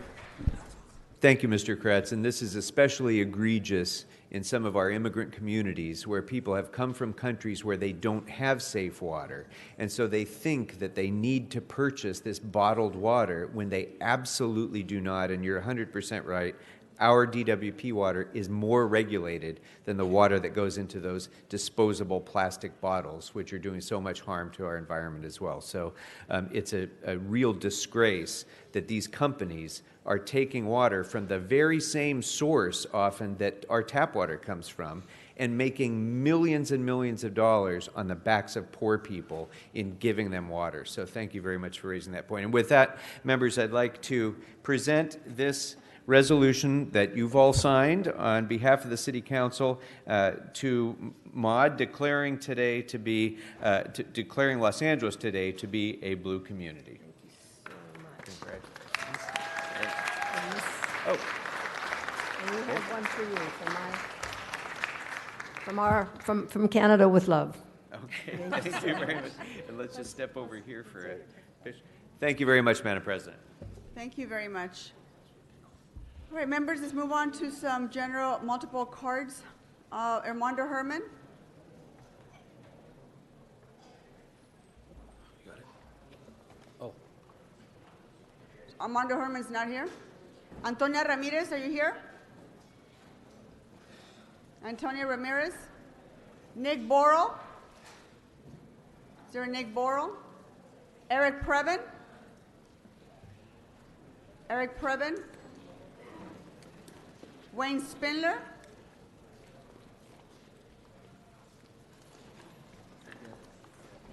Mr. Hunt. Oh, here's Mr. Previn. Come on up, sir. What is your name? Connor Everett. I haven't called your name, Okay. sir. Eric Previn, come on up. You're speaking on item 1A in general public comment.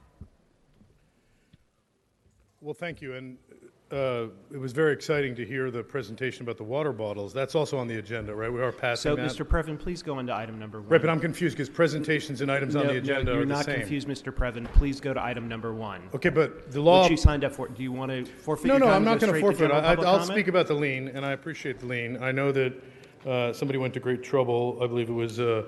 Buscaino, who's not here because he had a long day up at LAX failure meeting yesterday, so he called in sick today. And also, by the way, when you put Wesson up there, Mr. Previn, get back on item number 1A. I'm going to have you just go on to your general public comment. Madam President, please don't shut the mic down. It looks bad in front of the Okay, I suggest vendedores. we send Mr. Previn to general public comment. He clearly doesn't want to speak on the item. 1 minute of general public comment. Well, I object. So you're going to give me my 1 minute. Okay, I object. This is a corrupt room, and the vendedores know what's happening. Yesterday at County Board of Supervisors, the restaurants were invited to come and speak to the Board of Supervisors in an exclusive session, very similar. Today we have the vendedores, and they're getting a policy, $291 if they sign up early, and it goes up to 500 and something if they sign up late. The only problem is that it should be 291 for everybody, because they're going to sign up. They want to be regulated, and they want to be reasonable and have a fair way to go. So I would suggest that you make that clear, that it will be extended, that it's not we want people to opt in on a meaningful basis. Now, Rue did a great job of bringing up the Nazarian motion at the state level, and obviously this is a political act, and you guys are using this hall in a political way, and I support the idea of kids having a chance, but he does not have $2.3 million a year, and we have, I hate to say, horrible financial trouble, so we're going to have to find a solution. Maybe the state feels that they have lots of money lying around. When are they going to perform the first services? Thank you, Mr. Previn. Next speaker is Arnold Sachs.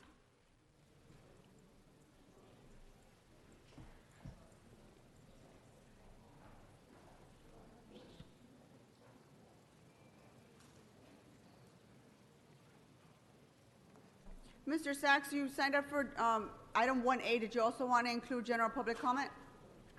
I'm sorry? You signed up for item 1A.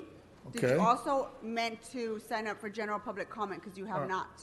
Okay. You usually do both. So, So, go ahead and speak on item 1A, and then I'll give you 1 minute of general public comment. Since there is actually an item number 1, but not a number 1A, I'm just wondering what exactly am I speaking on? But it mentioned something about the lighting districts. So is that the 1 or 1A, City Attorney? Because it's not in your agenda, and I just know you're very specific about what we're talking about. 1A is a lien related to 1109 East Anaheim Street. Okay, so you have an item number 1 here, but you don't have an 1A. It says Hoover Lighting District. Where would I find 1A to speak on it if it's not on your agenda? That's my problem, because like I said, you're very specific about what's on your agenda. It doesn't seem to be in here. Oh, you know why? It gave me the wrong agenda. It's Friday's agenda. It just came from the city clerk's office. So the liens, well, we're done with that. Public comment. What a fascinating presentation. Water bottles in the city of Los Angeles. Never mind the water leaks, and never mind the water wasting, and never mind when you have water shortages, you have people having to turn their sprinklers off on their lines, except in certain areas where there's a lot of money, like in homeowners association, like in Bel Air or wherever. Never mind that water being wasted. Let's take care of these nasty water bottles that are helping to produce greenhouse gases. Well, we talked about greenhouse gas and the amount of greenhouse gas generated by sitting politicians. So you'd have to eliminate like 100 billion water bottles to offset the greenhouse gas presented by, I don't know, this sitting city council. Can you do that? Thank you, Mr. Sachs. Armando Herman, you're speaking on item 1A in general public comment. So if you ever had a lien in your life, come to City Hall and protest. If you do not come here and take control of your protest, they're going to charge you 300% interest, and eventually you will be the next victim of homelessness. Deprived the right to stay in your home because your chinchero is all over your yard. And people from the city call it chinchero, but that's our personal goods. Lo que es puesto para nosotros es la vida buena. But unfortunately, as you heard, the city of Los Angeles discriminates, harasses, and retaliates. So don't ever walk away from a lien. You come here and you protest. Otherwise, your answer will never get solved, and you will get Please thrown speak out into of the your mic, home. Mr. Herman. Now, as far as my general public comment, 1842 U.S.C. 242, 18 U.S.C. 245, the life to enjoyment in Los Angeles is fucked up. All because Jose Huizar's FBI 1-year anniversary as of today ¿Dónde se fue la reflexión de José Huizar? Puto. Se corrió por es puto. Y un puto no tiene huevos como un hombre para quedar, para mirarme y decirme que están ayudando a la gente mexicanos o los putos como yo, an American citizen, 42 USC, 1983. God bless America. Fuck your affordable housing. Fuck your homelessness. And fuck your bad attitude, City Attorney Fior. Who else is here? Wayne Spindler, are you coming up to speak?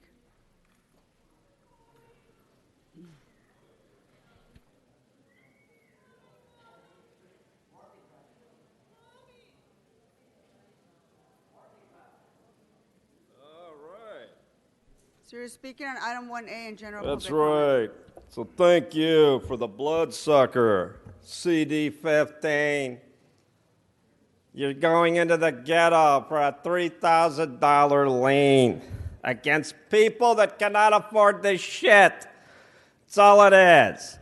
It's done because they want to take your fucking property. They can't steal enough. Ask the FBI, they'll tell you. Now, you got to call 213-473-7015. That's who the lien belongs to. Buscaino. Mr. Buscaino, the criminal. Mr. Buscaino, the property thief. Mr. Buscaino, the Italian non-stallion. Mr. Buscaino, better known as Putito. Little Putito, no quiere la lien. No necesito su fucking lien, you little Italian prick. So now the general, we see Nuri dressed up in her orange pumpkin costume. Another horror show. Spookier than anything I could imagine. Mr. Spindler, getting something in the subject matter jurisdiction of the city. That's right. And what is she doing? She's covering up her criminal behavior. But the good news is today is the 1-year anniversary of the FBI raid on Jose Huizar, and he's still a free man. Let's give him a hand. That's right. How do you do that? Where is the FBI? Let me check. Are they under here? FBI! They're not under the chair. So where are you fucking feds? Clean up this building. Arrest this son of a bitch and tell them to get Marquise Harris Dawson a new tailor. Bro, that suit's not working for you. You look like a white piece of shit in that outfit. Dress better. Oh, that coming from you, Mr. Wayne Spindler. Mr. Harris Dawson, you look very nice today. Democracy at its best. All your years of organizing, coming inside. Antonia Ramirez, are you here? I had called her earlier before. Doesn't look like she's here. Nick Borrell and Mr. Hunt. Okay, that concludes multiple cards. Let's move on to general public comment. We can vote on 1A. Oh, let's go ahead and vote on 1A. Let's open the roll. Close the roll and tabulate the votes. 11 ayes. Okay, let's move on to general public comment. Nadia Abrica, are you here? Nadia, you want to come on up? General public comment. If I call your name, please stand behind Nadia. Alicia Mendoza. Is Alicia Mendoza here? Mara Torres. Vivian Hartman. Is Vivian Hartman here? Ma'am, I'm calling your name. Are you speaking? She's not speaking. I'm going to move on. Natalia Garcia. Natalia Garcia. Si escucha su nombre, por favor, póngase en línea para hablar. Nadia, go ahead. You have 1 minute of general public comment.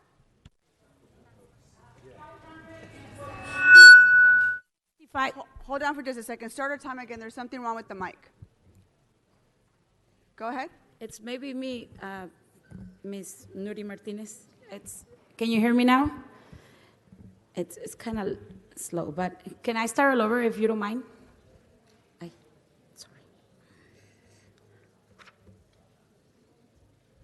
ready to go. Sorry. Okay. $541 times 365. It's only $1.40, ladies and gentlemen. We need more supervisors. 17 is not enough. You can use that money for that. If you lower the price, you will continue killing the dream of restaurant owners. They're dying right now. We need you.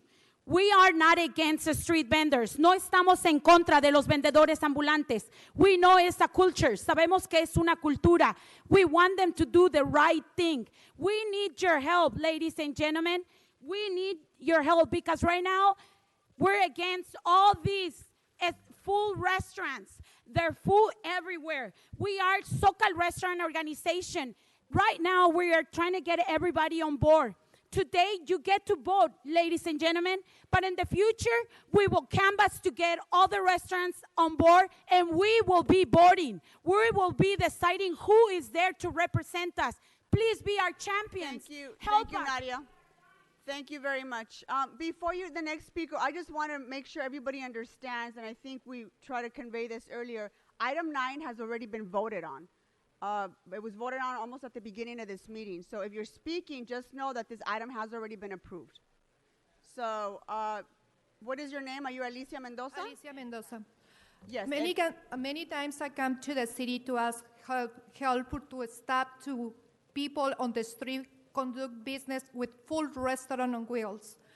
Order a restaurant, just the message you send right now is more easy and profit get to the street and put my own restaurant because I have the equipment. But I decide to do the correct way. I decide to put in a restaurant and follow the rules. $1,300, that is the cost for my permit. We pay taxes every year. We buy also all the permits and follow the rules. If you conduct the same rules for everybody, just the message you send right now is go to the street, everyone. It's better and more profit, and you start to collect taxes if you continue to do these rules. That's it. Thank you very much. Next speaker, Vivian. Yes. Vivian. Vivian Hartman of SoCal Restaurant.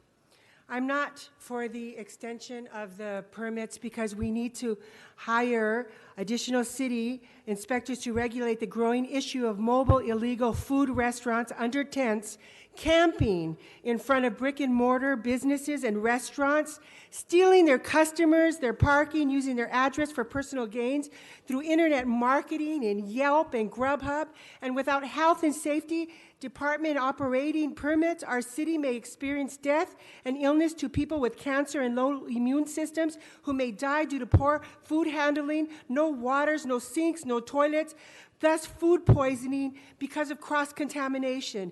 There is nothing that addresses this new growing problem in everything that I reviewed with the city and the county and the public health. This is not a vendor issue, not a vendor issue. This is an unregulated restaurant issue and must be separated and regulated for the safety and the life, for the rights of those businesses who work so hard. Thank you, Vivian. Your time is up. Thank you very much. Thank you. Thank you very much. Restaurants are separate from vendors. Vivian, thank you. What is your name, ma'am? Maria Torres. Okay, go ahead. Thank you for having me. Every time I've been here, it's the same thing. It seems like nobody's interested in what we have to say. I see everybody with their head down, and the people behind me, these vendors that think that we're against them, I am. They come here with their sob stories and saying, I came from here and I came from there. I was an illegal that came in here. Now I'm a U.S. citizen with the full-on restaurant, with alcohol, and nobody cares.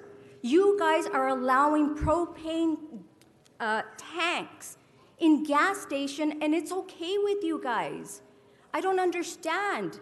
Later on, you're going to have a person here in front of you and saying, you know what, my little girl, my little boy, we went to put gas, and the freaking thing exploded. Nobody wants to do anything about this problem. I know you guys already passed it. I get the 291. It takes them less than 80 cents a day. If they're selling paletas on the street, you sell one paleta, you're already... Thank you. Okay, next speaker, Natalia Garcia. I'm going to help interpret for her. We have Can an she get 2 interpreter. minutes? Hold on for just a second. We have an interpreter. Buenos días, señora. Un momentito, señora, voy a traer el traductor. La traductora.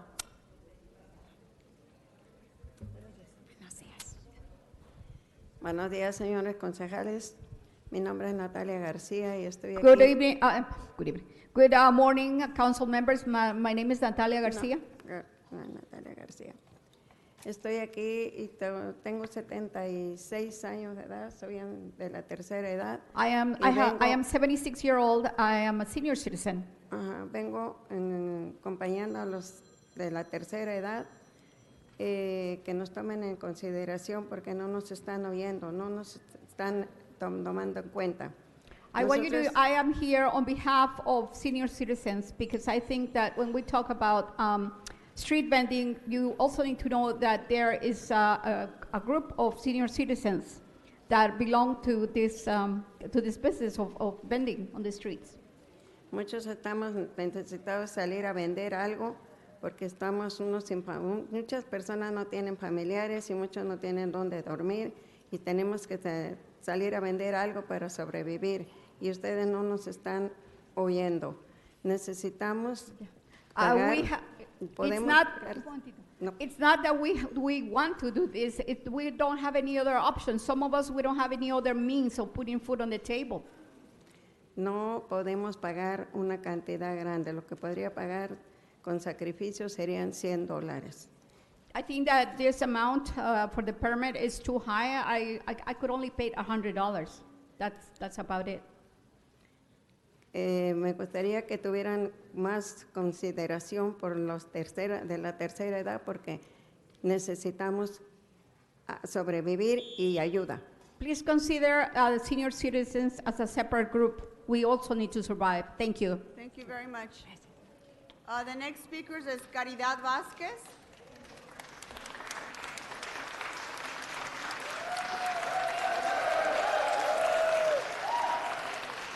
Caridad, are you here?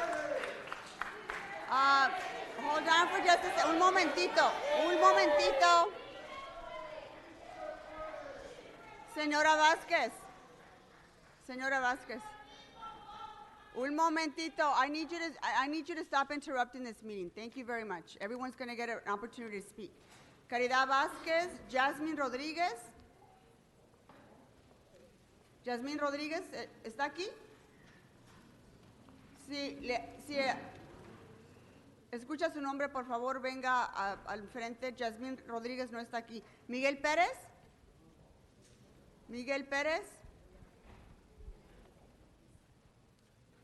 Kaylee Magaña and Katie McKeon.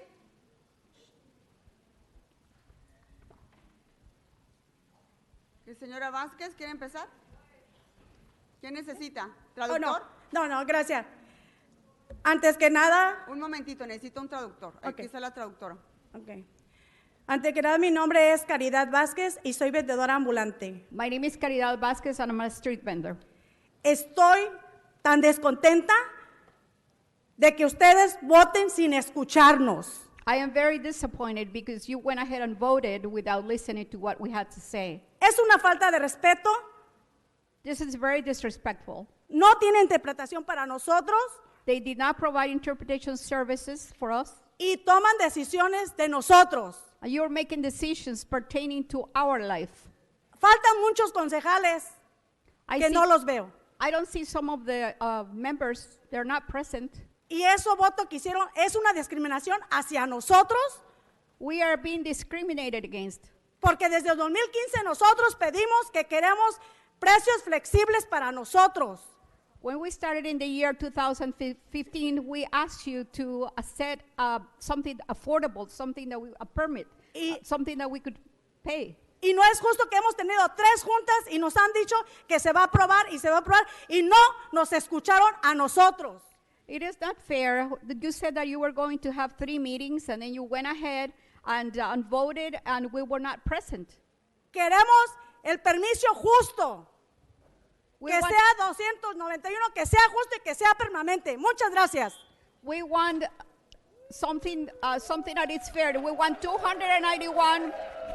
We don't want that fee to go up. We want that fee, 291, for the rest of the time that we're going to be doing the street vending. Thank you very much. ¿Usted es el señor Miguel Pérez? Miguel Pérez. Okay, one moment for just a second. Quisiera aclarar una cosa. Ya hemos escuchado este tema más en 3 comités donde a todos les ha aportado la oportunidad de hablar. So decir que no los hemos escuchado o que no han tenido la oportunidad de hablar no es cierto. So hay que ser claros que este tema que estamos hablando hoy se ha discutido en 3 comités donde se ha podido escuchar a las personas que quisieran hablar sobre esto. ¿Ok? Muchas gracias. Se ha escuchado en 3 comités. Nomás quiero aclarar eso. I just wanted to say, for members, we have heard this specific issue on the fees for permitting, on vendor issues. We've heard it in 3 different committees, and we have allowed for public comment in each one of those committees. So I just want to be very clear that people have been given ample time to have a conversation, a discussion, and be able to make their point in each and every one of those committees. Señor Miguel Pérez, go ahead. Buenos días, señores concejales, o buenas tardes. Mi nombre es Miguel Ángel Pérez, soy vendedor de Exposition Park. Good morning, council members. My name is Miguel Pérez, and I am a street vendor on Exposition Park. Por lo visto, ustedes no nos escucharon, votaron sin ninguna razón justa. Nosotros queremos los $291 fijo. We were not heard. I understand that you met and you voted, and we were not present. Also, we demand that that you set the fee to $291, and that's just a set fee. También estuvimos en los 3 comités, es verdad. It is true. We were in the 3 committee meetings. Y también abogamos por nuestros compañeros de la tercera edad. We were also advocating for senior citizens. Por la cual no lo tomaron en consideración. But you did not take this into account. Porque nosotros queríamos que ellos pagaran $100 por año, como ustedes también lo han hecho en los cobros de los pasajes en los autobuses de Los Ángeles, California. We were asking a $100 fee for them, just like something similar to what you did with the transportation system. Felicito al concejal Lee por las decisiones que ha tomado con los estudiantes. I would like to commend Council Member Lee for your time is up. You need to wrap. Ya se le acabó el tiempo, señor. Señor Gil Cedillo, le pido amablemente a usted su atención y solución de los compañeros vendedores del Alvarado. Mr. Gilcedillo, I want you to listen to us, and I want you to resolve the issue about the street vendors on Alvarado Street. Señor, gracias. Señor, le tengo que dar el mismo tiempo que le hemos dado a todas las personas que han hablado hoy. Gracias. Next speaker, what is your name? Are you Katie? Yes. Go ahead. You have 1 minute of general public comment. Okay. Good morning, Katie McEwen. I'm a staff attorney with Public Counsel, a legal aid organization working in LA County, and a member of the LA Street Vending Campaign. I want to speak to the lack of interpretation services provided by the city in public meetings. The campaign consistently turns out dozens of your constituents to share their stories, provide important policy feedback, and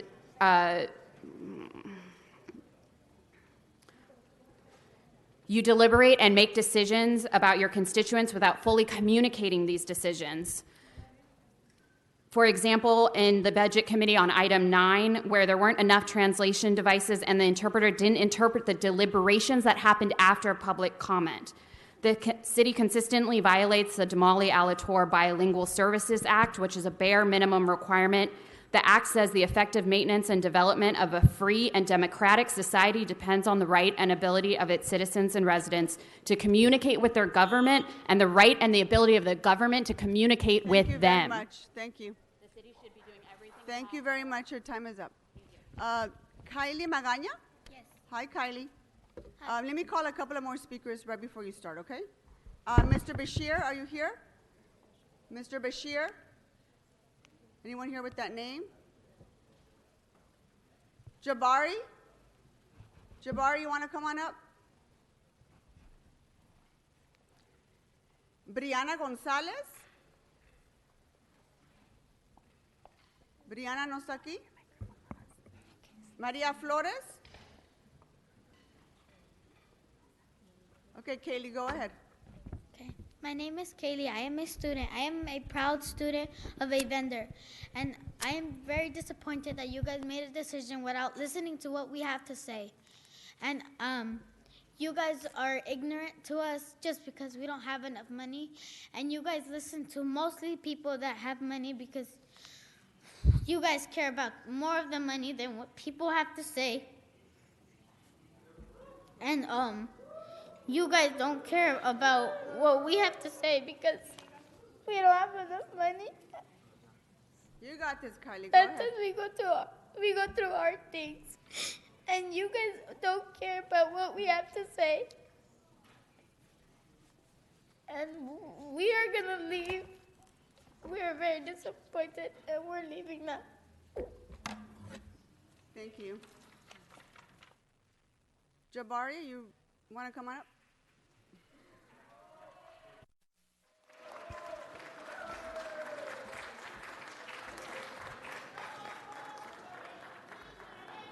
Is this Go ahead, general just a second. public comment? This is general public comment, Jabari. Hold on for just a second. It looks like people are making their way out. If we can just, sergeants, can you please help people out quietly, please, so we can continue our meeting? Sorry about that, Jabari.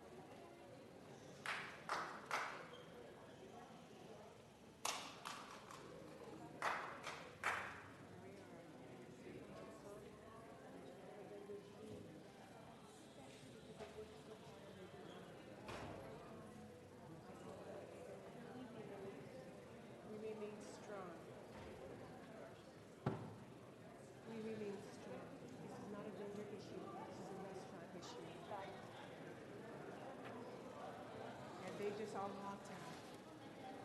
Here we are.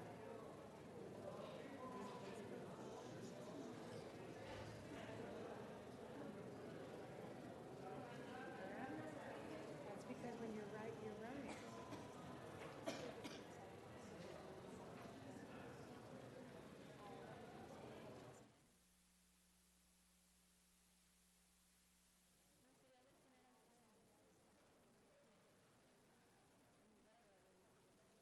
All right, Mr. Jabari, why don't you come on up because I think folks are exiting quietly, which I really appreciate.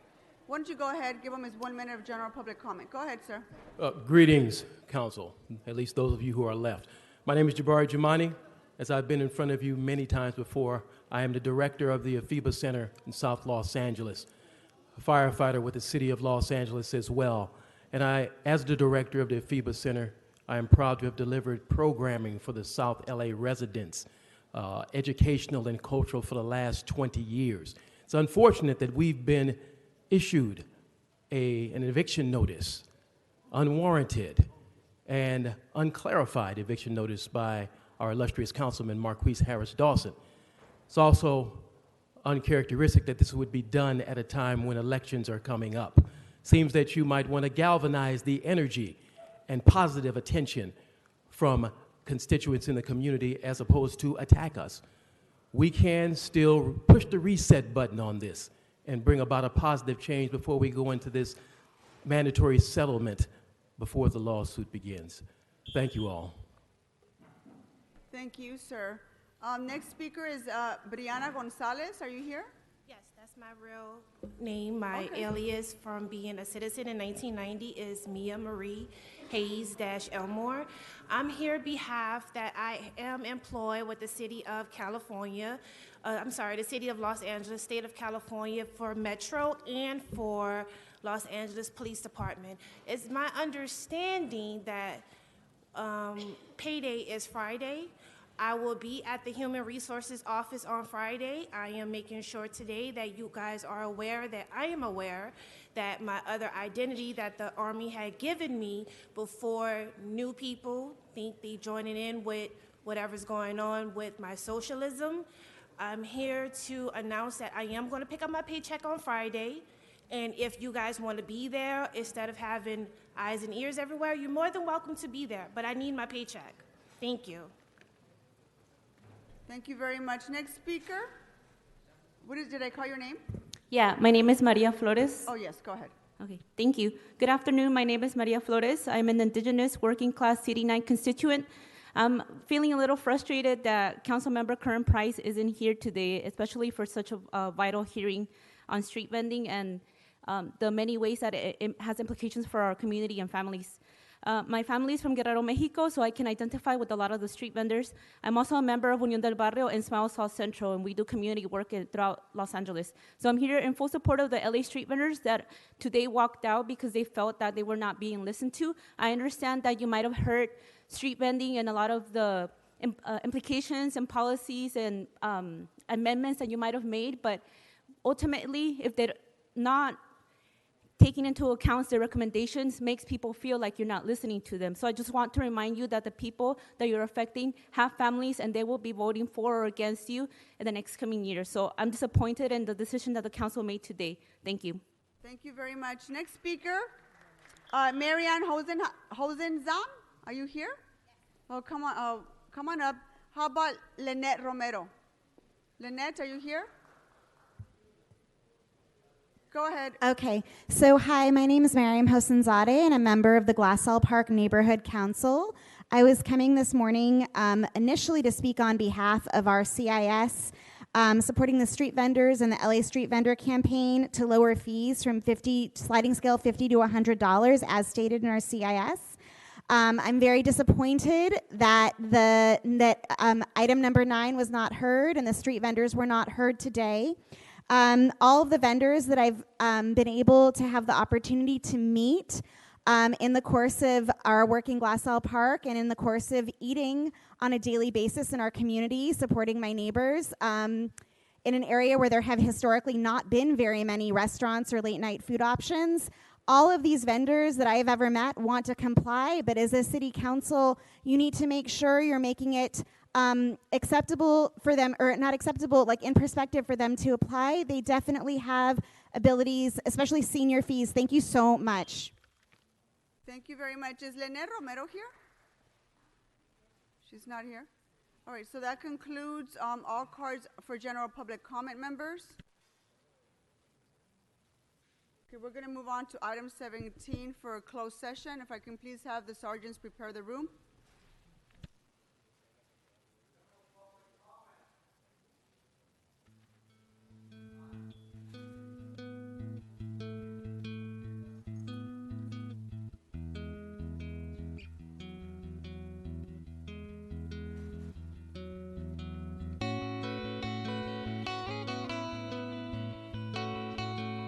So, members of the public, this is a closed session number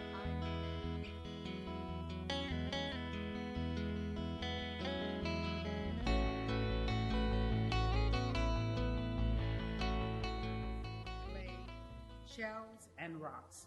The Watchtowers are truly unique and receive cultural heritage monument status from the city of Los Angeles in 1963. Like the community, the Watchtowers have a strong foundation and recycles different types of materials to create something breathtakingly beautiful. The Watchtowers Art Center is a guardian of the Watchtowers. It provides programs designed for cultural enrichment and museum and art education to the Los Angeles community and the world at large. With the recent adoption of the South Los Angeles and Southeast Los Angeles community plans, the Watchtowers Art Center community will continue to shine and serve as the pulse of the community.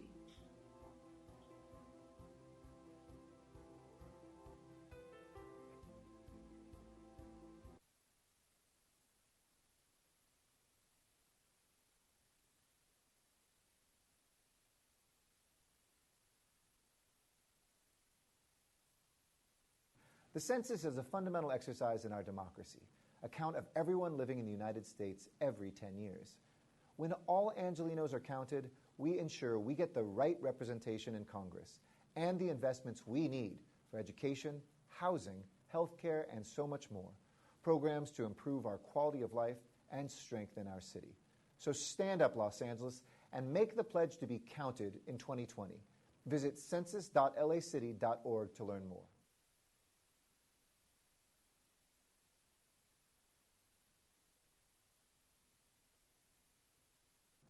El censo es un conteo que ocurre cada 10 años y cuenta a todos los que viven en los Estados Unidos. Es uno de los sistemas más fundamentales de nuestra democracia. Cuando todos los angelinos están contados, obtenemos representación en el Congreso y financiación que necesitamos para la educación, viviendas, atención médica y programas que mejoran la calidad de vida para todos nosotros.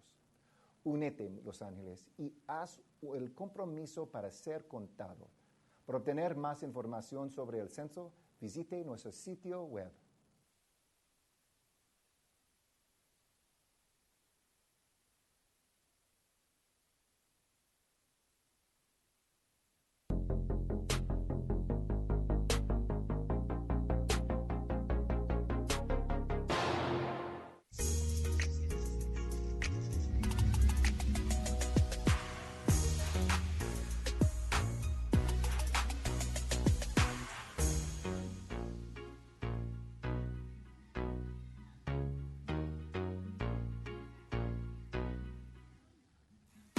The Los Angeles Poverty Department is an arts group based in Skid Row. We wanted to instantiate that this is a neighborhood. People live here. People do things here. They create things here. So we decided to throw a festival for all Skid Row artists because over 100 people perform or show their artwork here.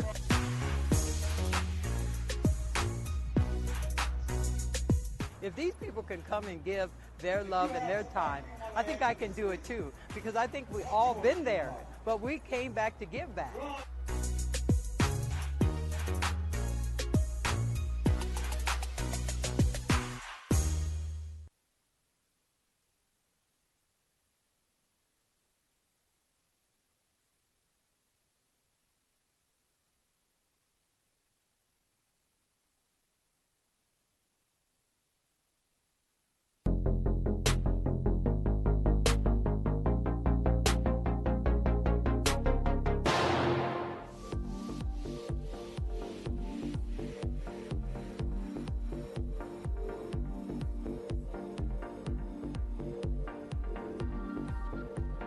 Artists are always starving for places to show their work, and any opportunity to do it on my block, I live one block that way, it's just a great experience to be connected to the neighborhood.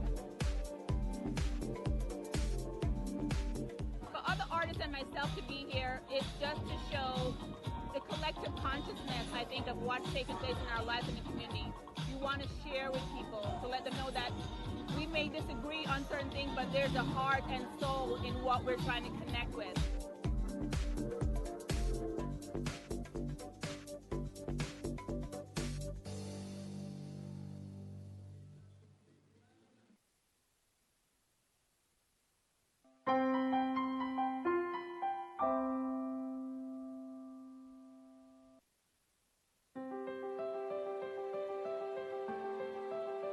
You're arriving at Los Angeles International Airport in beautiful Southern California. One of the first things you will see as you are landing is the ever-iconic LAX theme building. The LAX theme building is a modern icon and recognized worldwide as the space-age landmark of one of the world's youngest and most influential cities. Designed by architectural firm Piera and Luckman, the building was completed in 1961 and features an observation deck and the Bob Hope USO. The spider-like appearance of the building is a playful and futuristic design illusion, created by topping 4 steel reinforced concrete legs with stucco. The building received cultural historic status from the City of Los Angeles for its distinguishing characteristics, which are valuable to the study of that period's style and method of construction. It is also an example of mid-century modern Googie architecture. The LAX theme building serves as the symbolic gateway to Los Angeles, and the futuristic design is intended to convey new prosperity and the embrace of technological innovation. It has been and continues to be a constant reminder of Los Angeles' strive to be the city of tomorrow.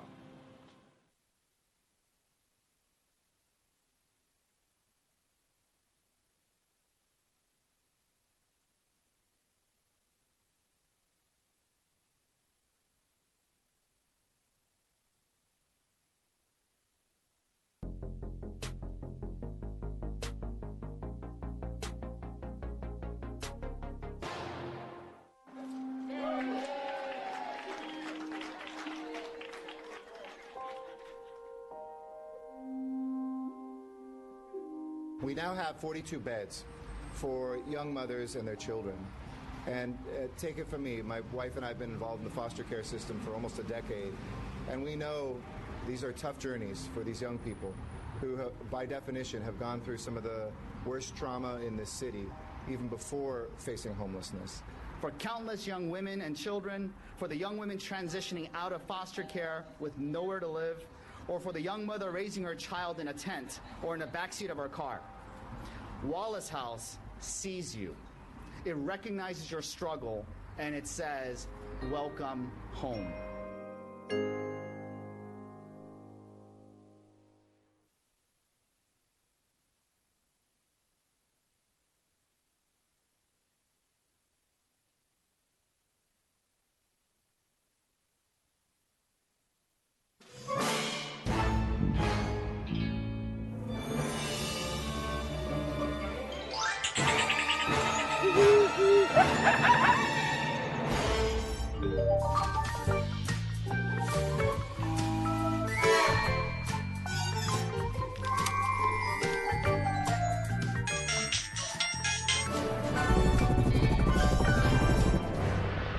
Let's protect our wildlife together. Please, no smoking in Griffith Park.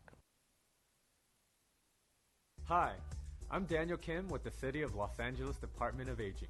We're here to improve the quality of life, independence, health, and dignity of the older adults and family caregivers who live in our city. We have programs and services that cover a wide variety of issues facing both older adults and caregivers. Many of our direct services are provided through our local multi-purpose senior centers. Our centers have access to care management, nutrition services, transportation, evidence-based programs, and more. They're also a great place for you to connect with others in your own community. If you don't know where to start, our helpful information and assistant staff are here to help. We're able to connect you to your local center and other resources like health insurance counseling, elder abuse resources, and even job training opportunities. Also, did you know that if you provide unpaid assistance to an older adult spouse, family member, neighbor, or friend, you're a family caregiver? We have resources for you through our department's family caregiver training and support. For more information and resources, you can call us at 213-482-7252 or simply dial 311. You can also check out our website at aging.lacity.org. Together, let's make Los Angeles the best age-friendly city in the world.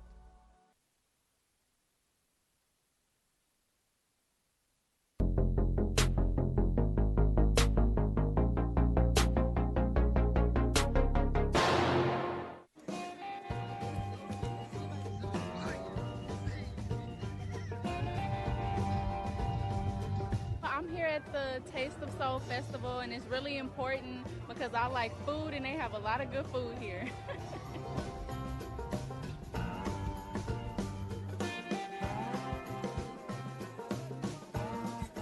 Taste of Soul, the biggest, best party in Los Angeles. Every year, 350,000 people, nearly 1 out of 10 Angelinos come right here to the heart of LA to celebrate food, music, culture. It's just a beautiful atmosphere of love and joy and peace. Make sure you come out next year because you're definitely missing out.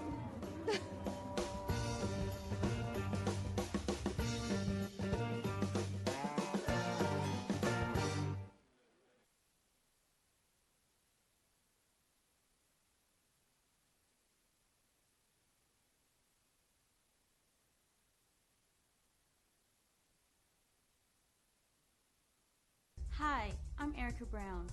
The Asian Mastery Program is a 10-class program designed to empower older adults to make small but impactful changes in their lives. The program was developed by the National Council on Aging and is currently being coordinated by the City of Los Angeles Department of Aging throughout various locations within the city and county of Los Angeles. On average, 25 to 35 people attend each class with topics ranging from exercise, finances, living wills, medication management, community engagement, and healthy relationships given by expert speakers. The Aging Mastery Program encourages mastery, developing behaviors that will lead to improved health, stronger financial security, and overall well-being.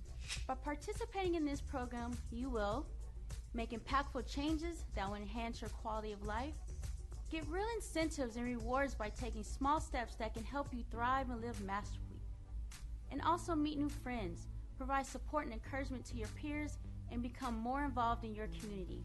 By now, you may be thinking, how can you participate, or even bring the Asian Mastery Program to your community? If so, please contact us at the Department of Aging at 213-482-7252 for more information.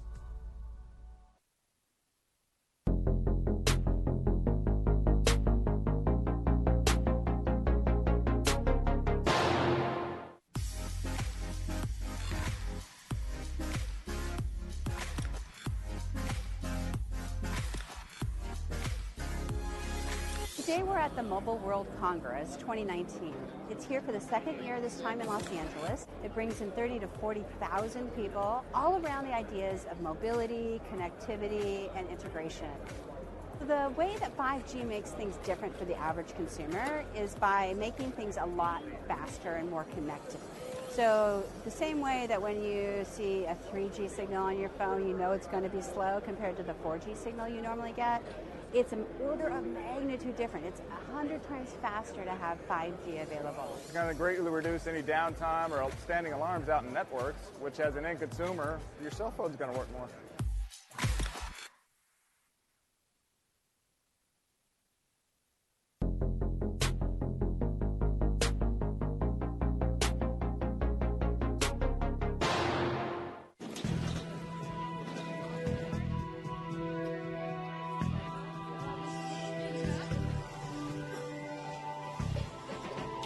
Shakeout partnership has been going on for years, so we pick different locations throughout the the years. It's called mutual aid, so we know that an impacted area is going to need the City of LA's help. We have a lot of resources, and we feel that we need to step up and help out our partners whenever we can.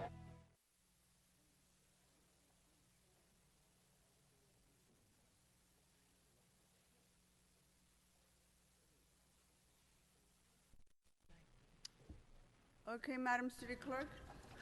For item 17, in the case entitled City of Los Angeles versus Purdue Parma, the City Attorney's recommendation is to note and file the report. Okay, let's go ahead and vote on that. Let's go ahead and open the roll, close the roll, and tabulate the votes. 10 ayes. Okay, Madam Clerk, what's next?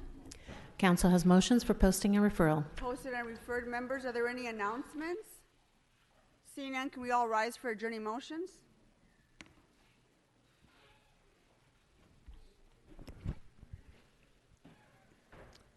Are there any adjourning motions to my left? Any adjourning motions to my right? Mr. Kokorian.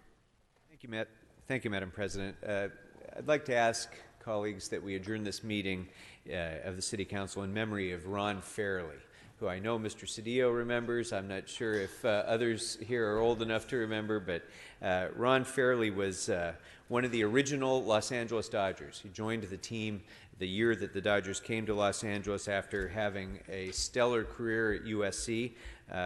He is a member of the USC Hall of Fame. He played center field in the 1958 College World Series and then went next to the 1959 actual World Series with the Dodgers and helped to lead the Dodgers to the 1959, 1963, and 1965 World Series championships. He went on to become a founding member of the Montreal Expos and then finished his career with the Angels. after which he spent 20 years as a broadcaster and really was a major voice in Major League Baseball throughout his career. He's survived by his sons Mike, Steve, and Patrick. Ron Fairley was a big part of the memories that many of us have of the Dodgers growing up. May he rest in peace. Thank you, Mr. Kokorin. Any other adjourning motions? Seeing none, our meeting is adjourned.